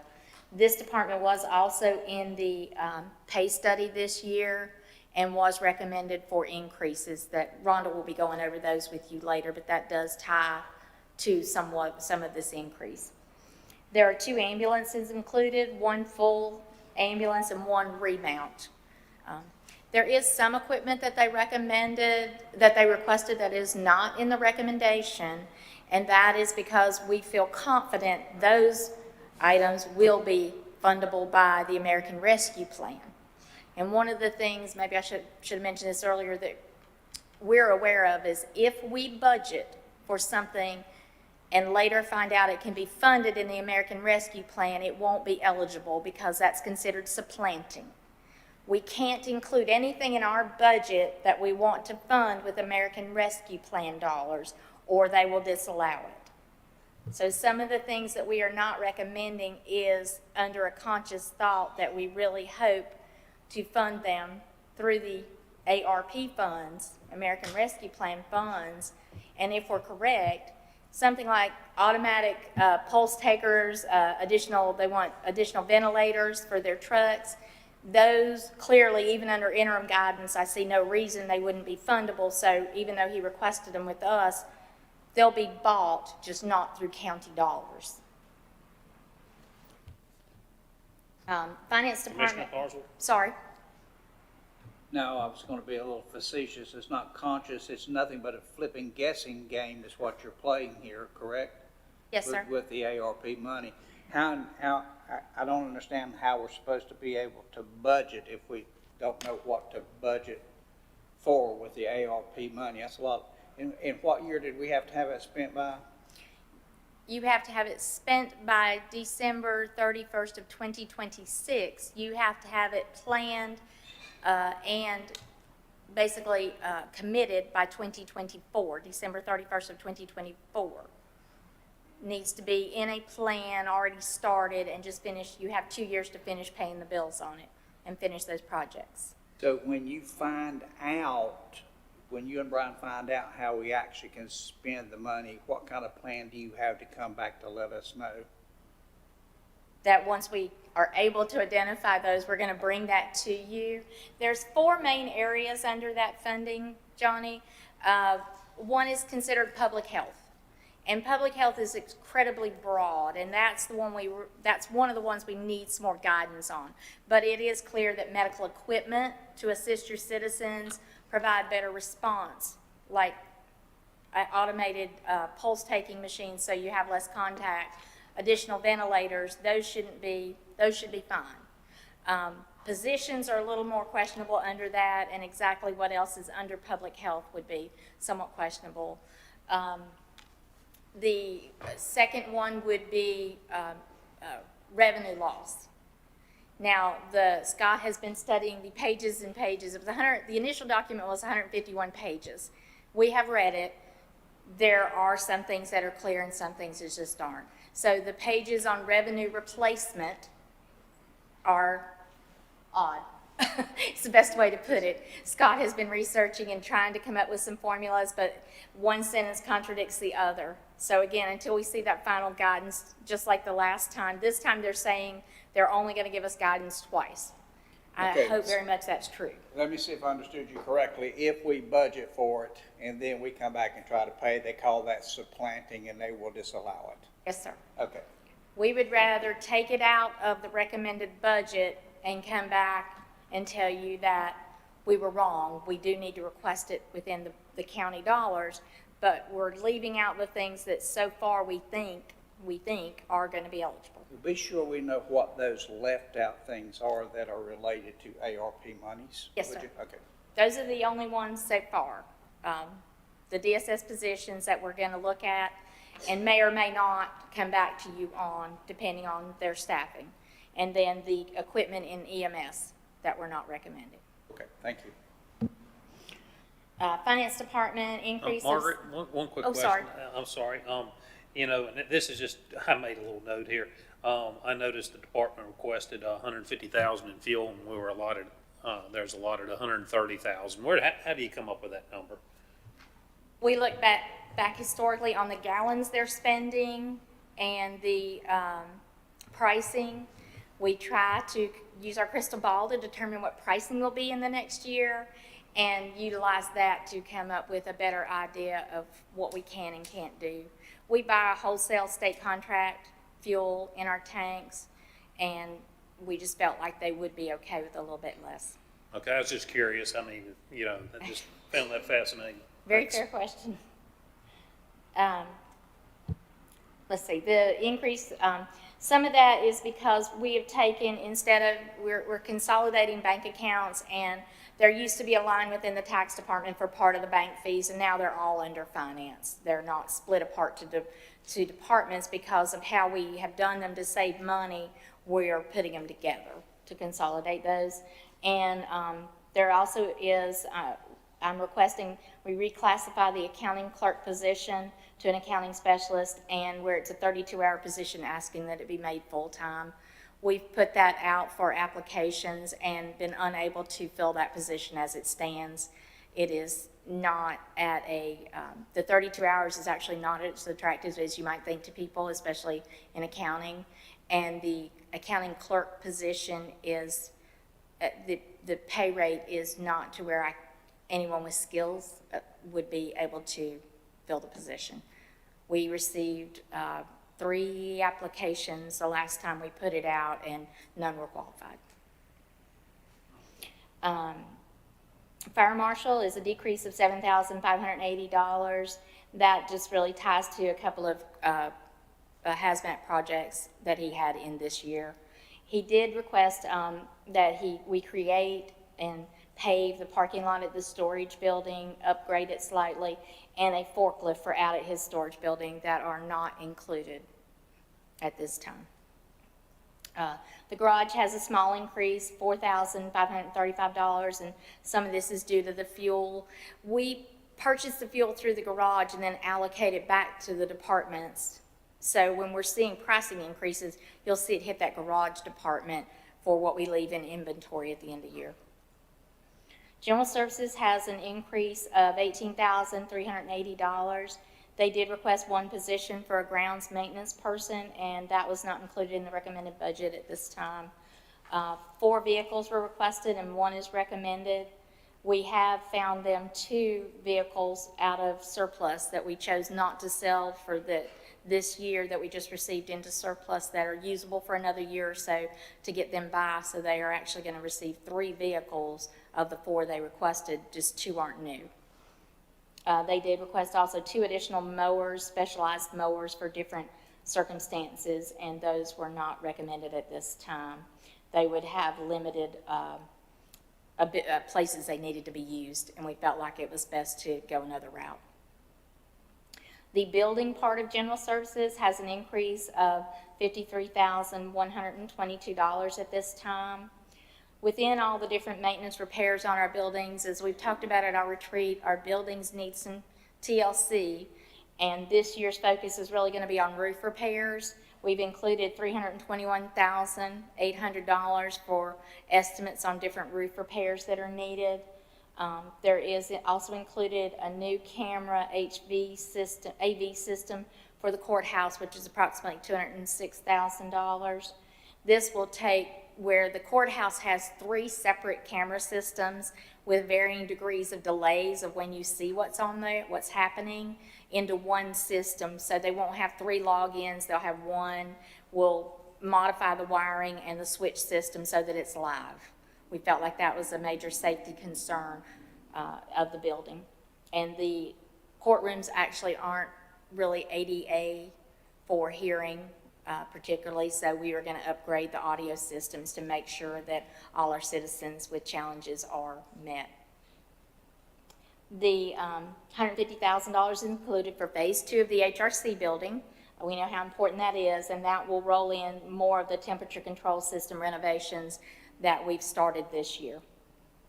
This is one where ARP funding is going to hopefully be used for the HVA system repairs that we anticipate needing in the coming year. It does talk in the initial guidance that if you are improving ventilation and clarifying and renovating how you're filtering the air in your buildings, that is eligible.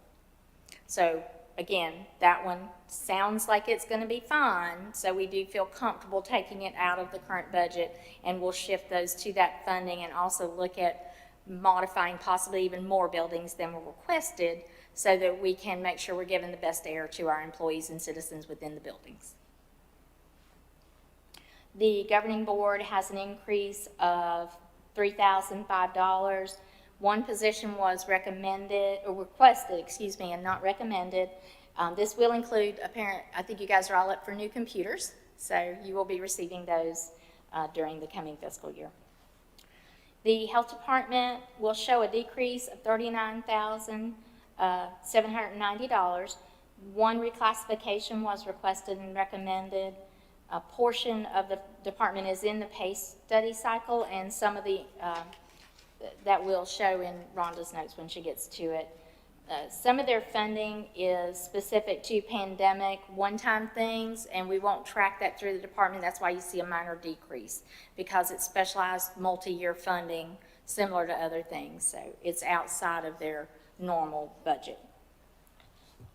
When we present you with the final document on the budget, last week she received a notice that she had been awarded $915 more in her breastfeeding program, and she requested that we include it. It was after the recommended budget was published, so we'll include that in the final. You'll notice that minor change of $915 in her revenues and her expenses. Human Resources Department has an increase of $86,305. Part of this is tied to the new position that was approved in March to include a full year of funding for that position, salary and benefits. Also was requested, she has a 35-hour-a-week position, and she's requesting the other 5 hours a week for that human services specialist that is included in the recommendation. There is an increase in the clinic contract, the same per member per month fee, but we have more members on using the program, so that increased the annual allocation for that. Rhonda's department, you may not be aware, out of the 5, she actually only has 2 full-time, and she's handling over 700 employees with 2 full-time people and 3 part-time. So we really felt like that extra 5 hours a week really makes a difference in what can be done, more than you might think. It adds up. Information technology has a decrease of $26,465. One position was requested to give them an admin position. They currently don't have one, so we have one of their analyst specialists handling all of their paperwork, and with the department having grown the way it is and the needs in technology having grown, they need someone doing administrative. That person will be the first line of duty to answer the phones and direct it to the right person instead of them all having to try to cover the phones every time. They do have a small decrease due to some one-time capital in the current budget where we finished the data center consolidations in the current budget. Legal is recommended at the same as the current year, and that's based on historic spending and projected legal matters. Library has a small decrease of $2,760. He did request one reclassification of a library program specialist to a senior library program specialist and 7 seasonal positions, and those are recommended. He did request one additional part-time position for 18 hours a week. That was not included in the recommended budget. He is changing all their software to a all-new program called Cardinal NC. Under the old program, we paid about $30,000 a year for a maintenance agreement. Cardinal doesn't have that. It'll be approximately $7,000 a year, but the new program does require you to be proactively swapping books around.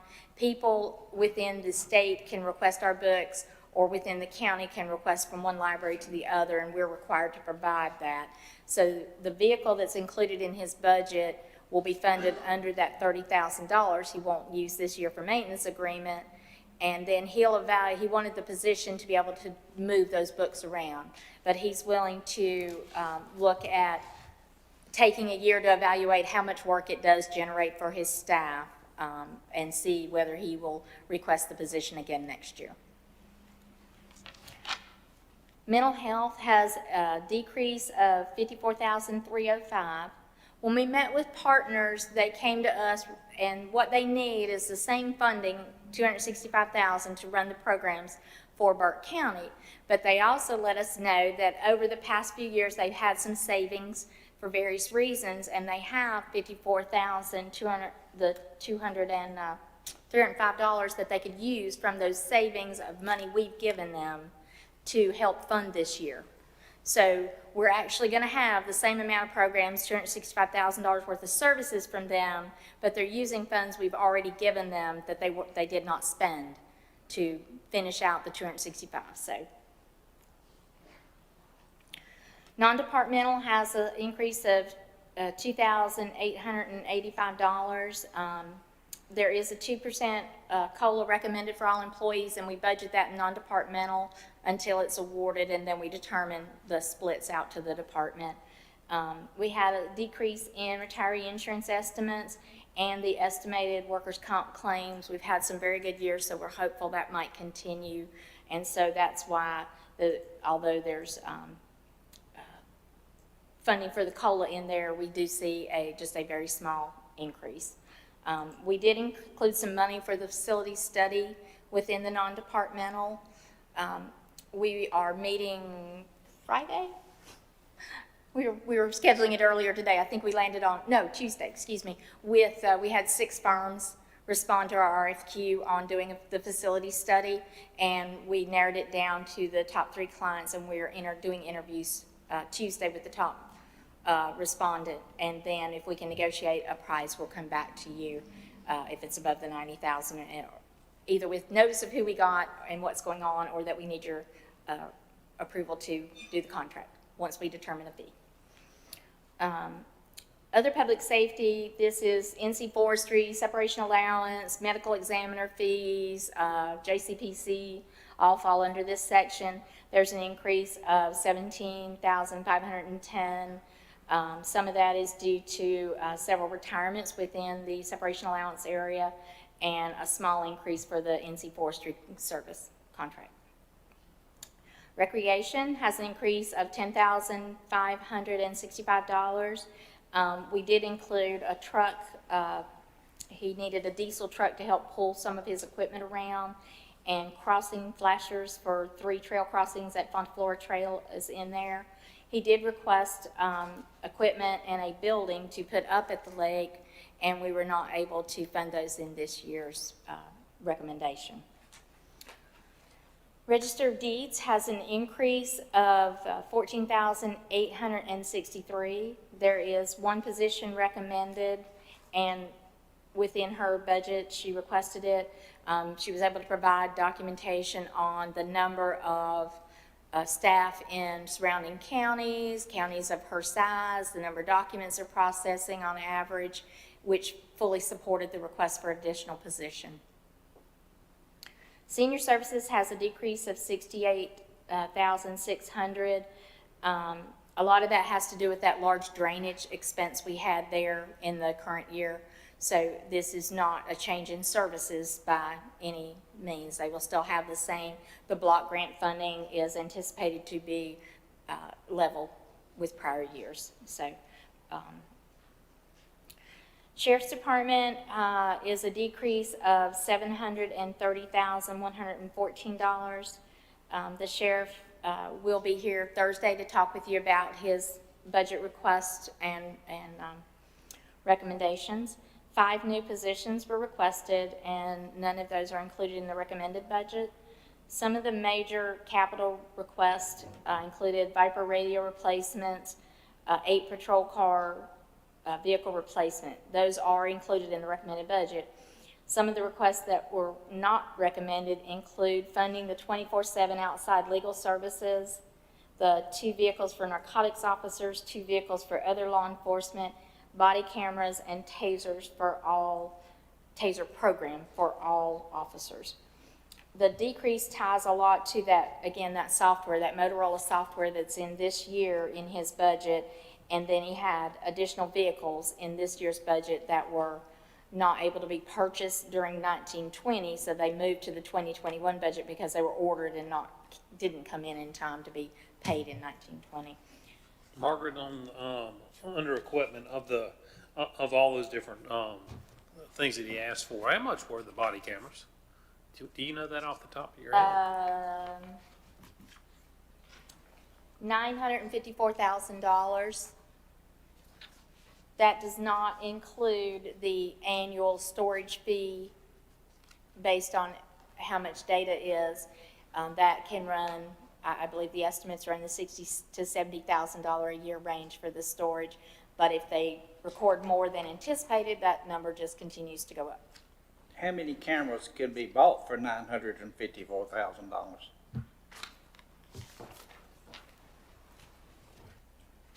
One moment. Yes, ma'am.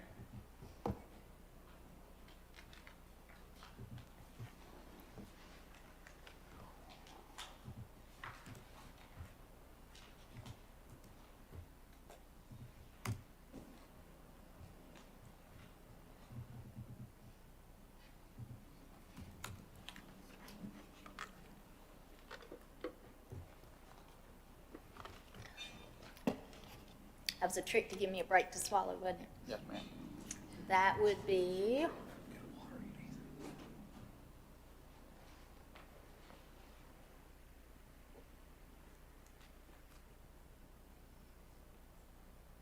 it appears to be for 100 officers. For 100 officers, it's 954,000. Yes, sir. I wonder how long this fine camera would last us. Do we know that? If you don't, that's okay. 2.5 years is the normal estimate. 2.5 years. Yes, sir. Thank you, ma'am. Mm-hmm. I'll pick myself up in just a moment. That's a lot. Thank you, Margaret. Yes, sir. All right. Okay. The jail is an increase of $430,075.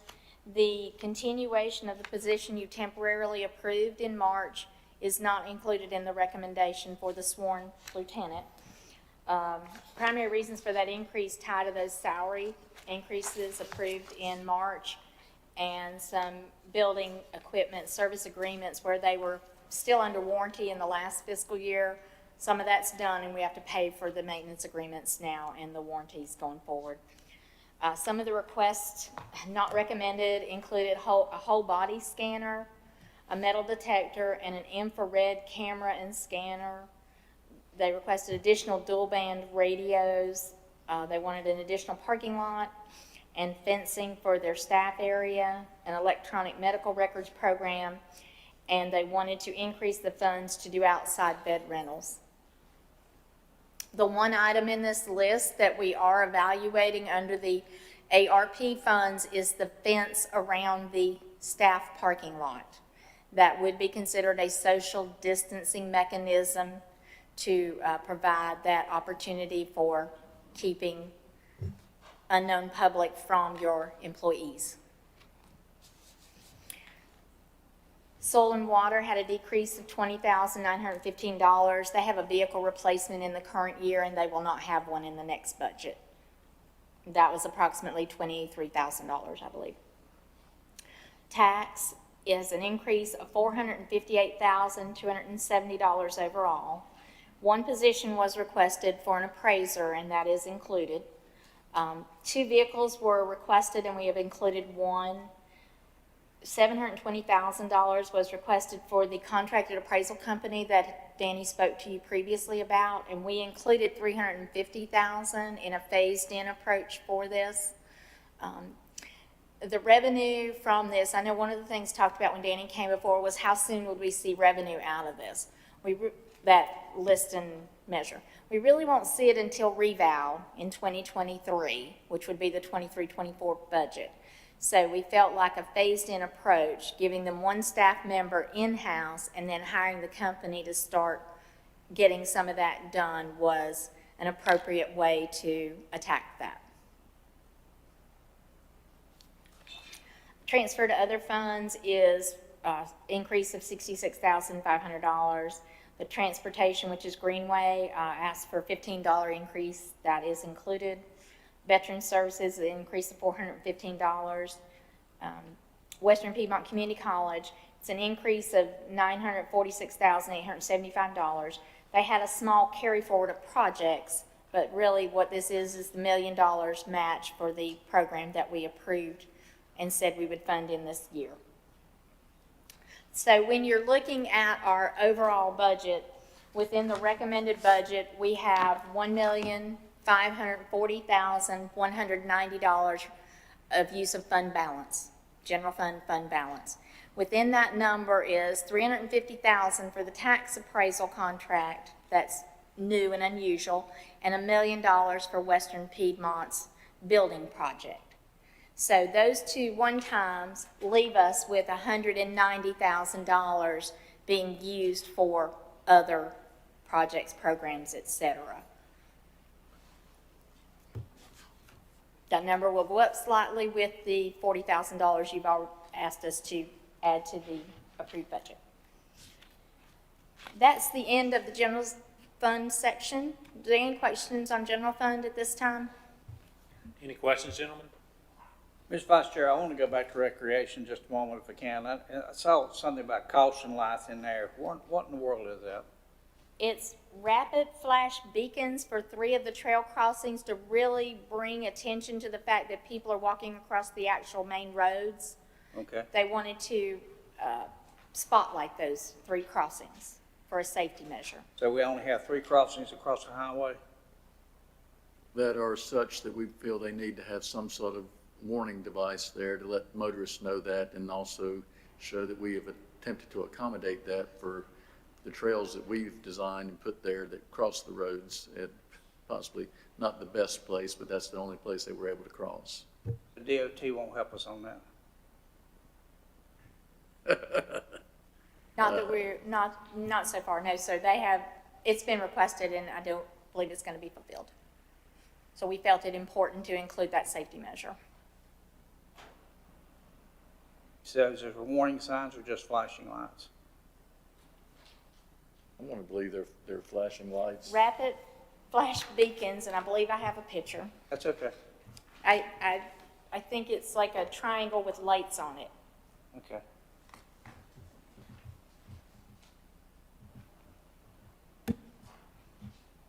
And that was actually a question I had too, because being in Parks and Rec, you know, I don't think that was a high recommendation. You know, I'm not saying it's not important, but, because from a safety reason, but from a recommendation from the department, the building and fence up at the park was the #1 request. And personally, I'm a little disappointed not seeing that in there, because we're having to drag equipment from the dump all the way up to the lake. We're pretty much going to have a 1 full-time position up there maintaining that trail, and having to cross the county with equipment, when we could have equipment up there for basically what those blinking lights cost. I think it's based about exactly dollar for dollar, that actually got us a concrete pad, got us a building that is secure with a 10-foot fence around it, and I would rather see that than flashing lights. I think we need both, personally. I'd like to see both in there, but just going by what is requested, I think that's more important.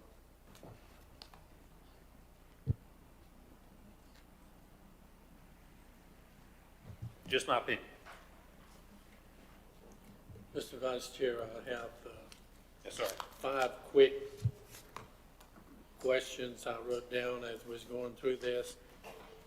Margaret, do we know the ADM average of the schools, and what budget have they been given from the state at this point? Do you know? The last we spoke with Keith and interim superintendent Swan, they won't have their ADM numbers until, their specific numbers until the third month of school, I believe. And they have been told to project on the same budget as current year at this time. They will have a small decrease because they did know this year's ADM was down slightly. When I asked at our meeting, when he did his quarterly report, he told me they were down to 11,800 or 900, somewhere in that category. It's a little under 12,000. That they were down, or that their number was? That's the number they had. Yes. Their I think that's highest, which was probably now 6, 7 years ago, 5 years ago maybe, was up close to 16,000. And I just wondered what that was doing to the budget. And under manager, you have $127,290 for a position. What position? That's going to be for assistant county manager. Assistant. The assistant county manager, as you're aware, we had a change with our planning director, and in looking at that, the position had been deputy county manager / planning director. We felt that the pool of people that would have those capacities would be very small. As you're aware, in about 17 to 19 months, I will be retiring. This is an opportunity to bring somebody on board, especially with these ARP funds and possible major projects, that we can have that person here. That gives the board options when my retirement comes to make that person the interim county manager, or you can look at going ahead and advertising for a new county manager, but it gives you options, and it's just a good opportunity to, like I said, give you some options here in order to try to provide some sort of consistency from the time that I leave until you get a new county manager. Okay, we did have 2 deputy managers, is that correct? Yes, and we just did the change, last month, to just make that a planning director and not a deputy county manager / planning director. So that job is gone back to being just a planning director at a lower pay grade.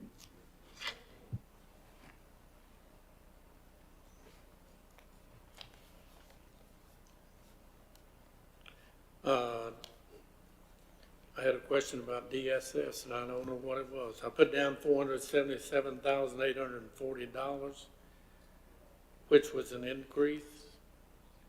Is that correct? Yes, sir. You asked me about those programs. Oh, I did, didn't I? Okay.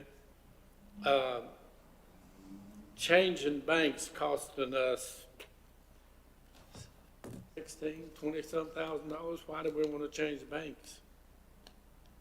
We actually didn't increase the cost, we reduced the cost. It was budgeted at approximately $28,000 in tax over the last few years. So we've been able to reduce the fees by combining our checking accounts down from, I think it was, trying to remember exactly how many when I first got here. I think it was about 12. We're down to 5 checking accounts. So we've consolidated some programs. We reworked our lockbox. We moved our lockbox services from BB&T over to First Citizens, which has reduced our fees on all of those programs. It's just that it used to be budgeted in multiple places, and now it's budgeted in one. So overall, to the county budget, it's not an increase. It just looks, it's an increase within the department. The increase was, I found it now, $17,537. Relates to shift of bank charges to finance from tax with transfers to lockbox to First Citizens. So it costs us to change banks $17,535. No, sir, that's the department increase overall. A portion of that's related to the change in the position that's requested and recommended. The rest of it, the fees are staying somewhat stable, going up minorly because of the amount of transactions we have. Okay, you've got reclassification of county clerk to accounting specialist. Yes, sir. An additional 8 hours a week. What did he work before, or she? The position currently is a 32-hour job. It's been open for a year. I've not been able to fill it for a year, so we've worked with one less person. So that's a catch-up move. Yes. Yeah. Governing board, what position was requested? An administrative position to assist the clerk. I didn't hear you. An administrative position to assist the clerk.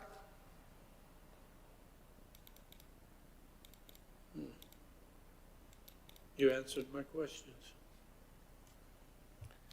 Thank you. Yes, sir. Any other questions from the commissioners on item number 4? If not, we will move on to item number 5. Margaret, proposed fee changes, please. We didn't cover the other funds. Do you want to? That was only general fund. Oh, okay. Yeah, let's do that. We can go through them briefly. They're very, very quick. And then roll into the fee. Okay, Sorry. absolutely. Sales tax funds will have an increase. That has to do with the sales tax increases we are seeing overall. The 911 fund, emergency telephone system funds will have a decrease, $220,000. That's due to that one-time Motorola funding in current year. Trail projects fund for new capital there has a decrease of $13,500. Met with Shane, and he felt like there's no new county funding requested this year or recommended. He's working on finishing up a lot of grants and needs the year to take care of all the existing projects and funding to make sure he meets all the guidance on those. Water sewer fund will have a small decrease, a decrease of $164,210. There's one position requested and not recommended. There's funding for one vehicle and general maintenance and repairs along with some debt service included. Rate increases will be bringing up in the next item for that department. Water sewer fund is one where ARP funds will have a significant impact. That is one of the 4 areas, is water sewer infrastructure. What they have not defined for us yet is exactly what infrastructure will be allowable, but it says anything that meets the EAP guidelines, DEQ guidelines, it's those type of fundings, Clean Water Trust Fund guidelines. If it meets those type of guidelines for a project, it would be eligible under these funds. So we do anticipate being able to do some significant water sewer projects within the funding we're receiving. And as soon as we're clear on those projects, we will come back to you. So we are not recommending several of the repairs, and we did meet with Mark on this, maintenance and repair things that we're going to be able to shift the funding to our federal dollars are not included as requested. Solid Waste Fund has an increase of $139,744. They requested an additional full-time truck driver. What we've recommended is that they take their part-time truck driving position and make it full-time and be able to utilize that better. We are also including $191,000 for a roll-off truck that they requested. Margaret, go back to the sales tax funds. Is that one of the articles? Is that a 39 or a 42, that 1,351,000? There's 2 articles in that. It is 39 and 42. 44 or 42? 40. Hang on, sorry. The funds start rolling together. Oh, 42. 42, that's a combination of 39 Yes. and 42 going directly to the schools? Yes, sir. Okay. Well, but never mind. Yeah. The 39's, regular sales tax 39's up for us, right? Yes, sir. That one we're projecting up about $886,000. That's the see it 3%. now. That's it. Thank you. Okay. Moving on to fee changes. If everyone's good on those. Any other questions concerning those before we move on to fee changes? If not, please carry on. Okay. We received requests from Animal Services, Building Inspection, Planning and Zoning, Solid Waste, and Water Sewer and EMS for fee increases. We evaluated these with those departments, and they know their needs best and what meets. We do ask them always to check around the surrounding counties, the state guidance, what's standard practice within these industries. You'll see listed for Animal Services several changes. Some are a change in what it's called, animal bite pickup. She'd like it needs to be bite quarantine pickup fee, and will be $20 per pet. I think that clarifies a little bit better. The owner surrender fee per pet, $10 per pet, not a single $10. Under building inspections, they had a plan review fee that was variable based on many factors about the program, and they would like to request to go to a flat $100 fee. They said this is an average cost for what is requested under that and would simplify it for the citizens and the staff if it's one flat fee. Planning and zoning has several fee changes listed there. These relate to the state plans and how they do some of these. Solid waste is basically a 5.5% across the board. This is, and water sewer is the same. This is to try to get their fees covering as much expense as possible and hopefully their capital needs. When you look through their budget, you'll see we weren't able to meet all their capital needs, and that's because the funds just aren't available, and we need to be able to generate the revenue within these funds to cover their expenses. And then under EMS, we are proposing that currently the rates are not set. They don't have a floor, a base, and we would like to see the industry standard is to use Medicare expenses as your base and decide what percentage above that you feel like the fee should be. And we recommend 135% above Medicare. Industry standards actually 150% above to 200%. However, our surrounding counties are closer to this 135, and we decided that was best for our citizens to use that rate. All of these will generate minimal revenue changes for those departments and increases. Any questions on the proposed fee changes? Any questions, gentlemen? Yes, just one, is under the EMS, all rates will be 135% of Medicare rates. Yes, sir. What if people don't know that Medicaid care rate? How do we determine that based on, I get more complaints of the high cost of the ambulance trip to the hospital than anything else in my part of the county. So when we were looking at those fees, we realized that some of our fees were lower than Medicare rates, so we weren't even getting the amount we needed to from Medicare that we were eligible for. Some of our fees were as much as 200% above Medicare rates, so we wanted to bring those down to be more in line. And it's an industry standard in EMS billing that it be just a percentage above these Medicare rates. And this way, as Medicare changes, we'll still receive, since our predominant billing does come through Medicare eligible clients, we wanted to capture the revenue that we could from Medicare, and then only be a set percentage above that for the rest, so that it was fair and equitable in our minds for everyone. Well, it's never a problem if you have Medicare or if you have money to pay.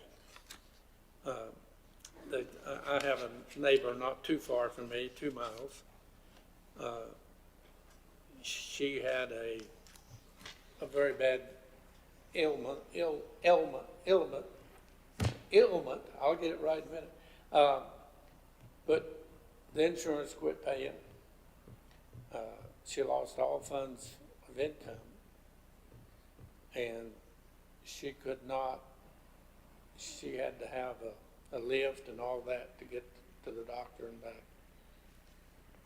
But some of those trips cost her $1,100. And of course, she had a whole lot of trouble coming up with the money sometimes. And, you know, there's nothing I could tell her other than she needed to ask or get a quote before she got in the vehicle. Because normal people just quit coming because she couldn't pay the bill. It was a sad situation, but I'm just wondering why we're doing 135% of Medicare, why we just don't do 100% of Medicare, because it becomes a larger burden for many of the older people, the citizens. So what's the difference in the money if you tally it up for the year is the question. Our Estimate, I know you don't have that figure in front of you. Our insurance, our collection and billing company that we contract with to handle our billing and collections had actually recommended the 200% to 150 to 200%, because that's what they see statewide. They have multiple customers across the state, and they said that's what they see their average being. We didn't want to go that far. We actually are going less than the recommended to us rate at 135%. The bulk of our collections come through insurance, Medicare being one of those, and we felt like this was an appropriate way to set the fees, so that, and we are now consistent with other counties around us as well, and other ambulance systems doing this. I'm not sure I'm answering your question. Overall, with this change, we'll see approximately $150,000 is our estimate in increased revenue. And again, that means our revenue is still just below $4 million, and our expenses for this department are just over $6 million. So the county's subsidizing these rates for our citizens. We are still helping them pay.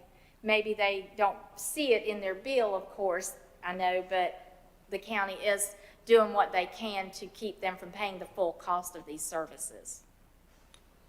Well, she was shocked to find out that an ambulance fully equipped is well over $200,000, and it just takes a lot of money.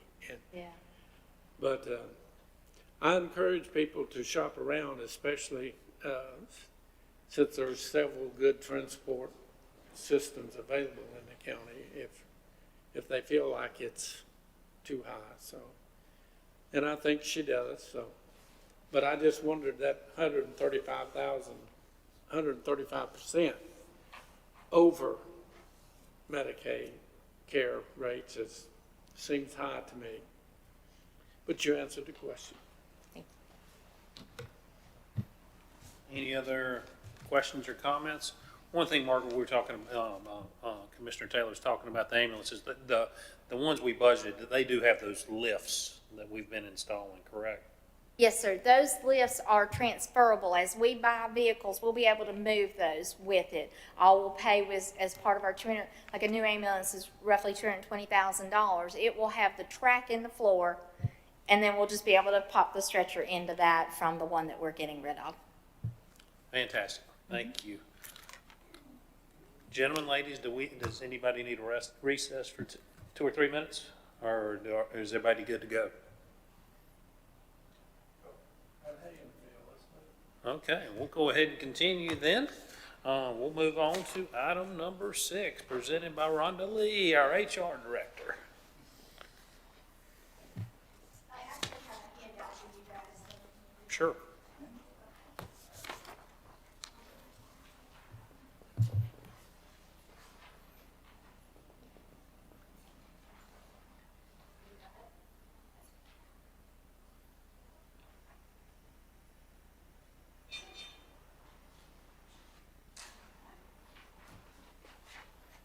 Probably leave one for Jeff. I'll just leave it right there. Thank you.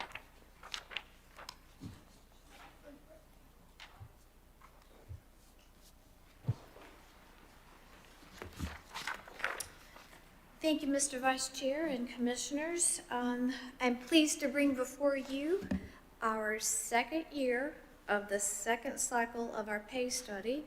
That's where we're studying a third of the workforce. And so this past year, we actually contracted with the same group that we've been contracting with for the prior years. That's Piedmont Triad Regional Council. And the cost of that was $6,500 for the actual study. And the groups that we looked at this year were the administrative support occupations. That includes Register of Deeds and Cooperative Extension. We also reviewed the economic program occupations and legal occupations with DSS. We looked at health program occupations, not public health nurses, but health program occupations. We reviewed EMS, all of those occupations, and also the deputy fire marshal and the fire inspector occupations. And what I handed out to each of you, these are the recommendations to the actual pay plan for this coming year. And I hate to read all these off to you, but I'll kind of summarize for you. EMS was the one by far that was off market more than pretty much anything else we had in the county. The last time they were studied was, of course, 3 years ago. We've had movement in the market from other counties that surround us, and also we've had a little bit of pressure just in the last year from the hospital. The hospital has been recruiting paramedics it's kind of a combined, that they'll hire a medical office assistant, a CNA, or a paramedic. And so we've had a little bit of pressure from the hospital that we normally haven't had in the past from paramedics. So in short, the whole paramedic grouping is recommended to go up 10%. That includes your part-time employees as well. For the shift captain and the major, there was a recommendation for 15% increase. We needed to have a little bit more pay grade difference between those levels, contingent upon what those folks do, what the captains and the majors do. So that is for EMS, what is recommended. And just so you guys all know, this has already been included in what Margaret just read off to you guys. Everything's included in the budget there as well. The next group that we looked at were basically, we have a lot of different admin positions in the county. We have like an administrator 1, we have a senior administrative technician, and all that. So as you look down this list here, on the admin side, the groups that were recommended for increase is we have 1 administrative specialist supervisor, and that was recommended to go up one pay grade, which is 5%. And then we have several administrative technicians throughout the county, and they were recommended for a 5% increase. The assistant register of deeds, they were also recommended for a 5% increase. And then we're going to shift on to DSS, the community employment case manager. That one was recommended for a 5% increase. I'm going to skip down here. Our income maintenance folks, those are all kind of grouped together, and they were all recommended for a 5% increase. I'm going to shift back up there. The deputy fire marshal, they were significantly off of market rate. They were studied 3 years ago, but there's been, again, movement in that area as well. So they were recommended for 15%, which is 3 pay grades difference. So that's significant as well. Let's see if I can pick up on these others. I'm not going over the ones that have 0 recommendations. The fire inspector was also recommended for a 3 pay grade increase. Our foreign language interpreter, that was recommended. There's a couple of those, there's not just one, but they were recommended for a 5% increase.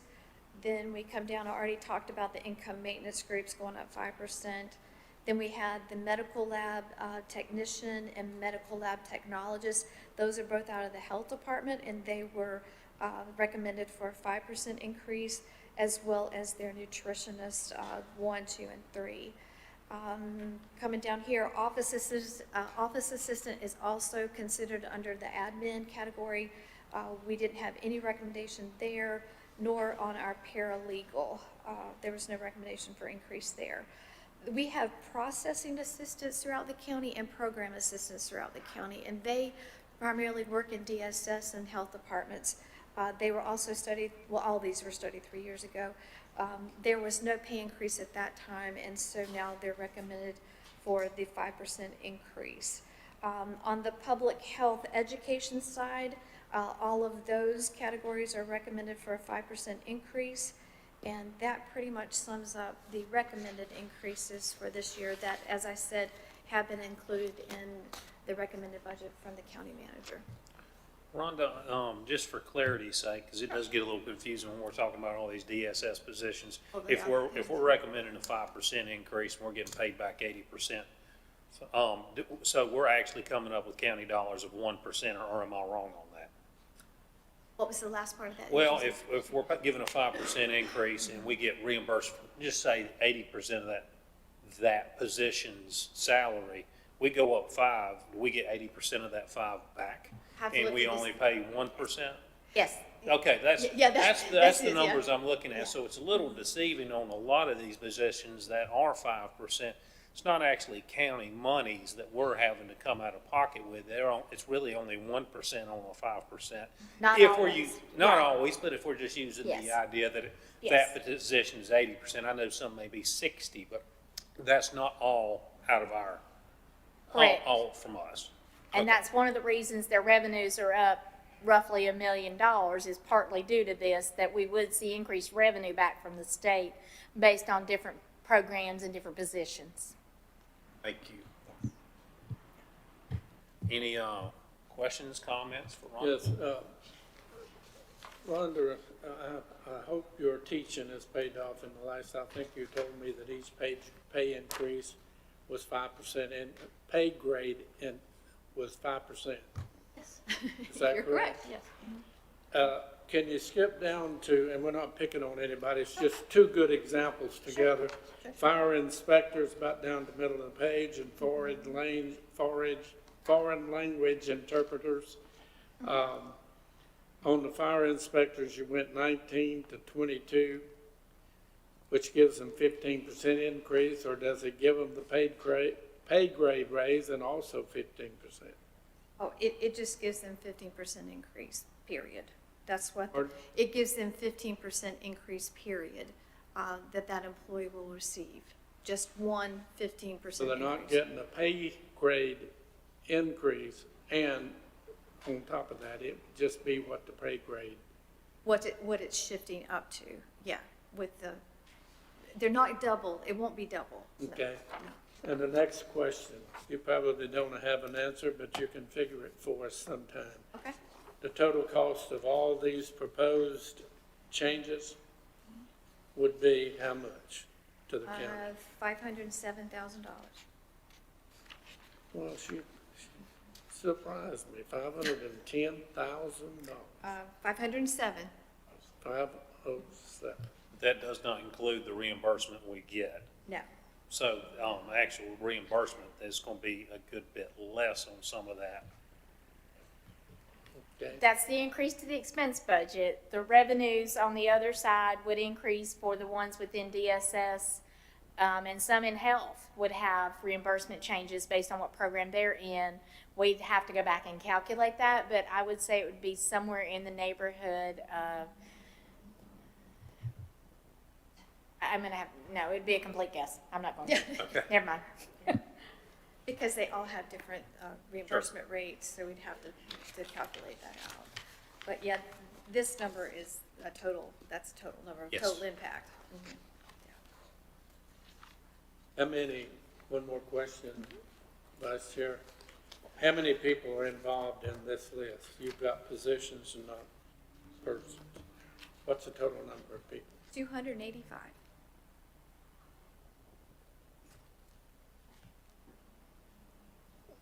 Okay. Any other questions or comments?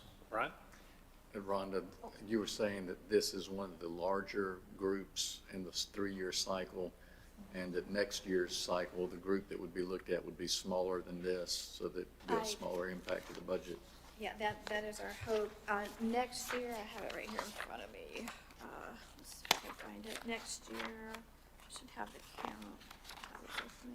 Approximately 120 full-time and 41 part-time next year. Thank you, Margaret. I wasn't flipping through these fast enough.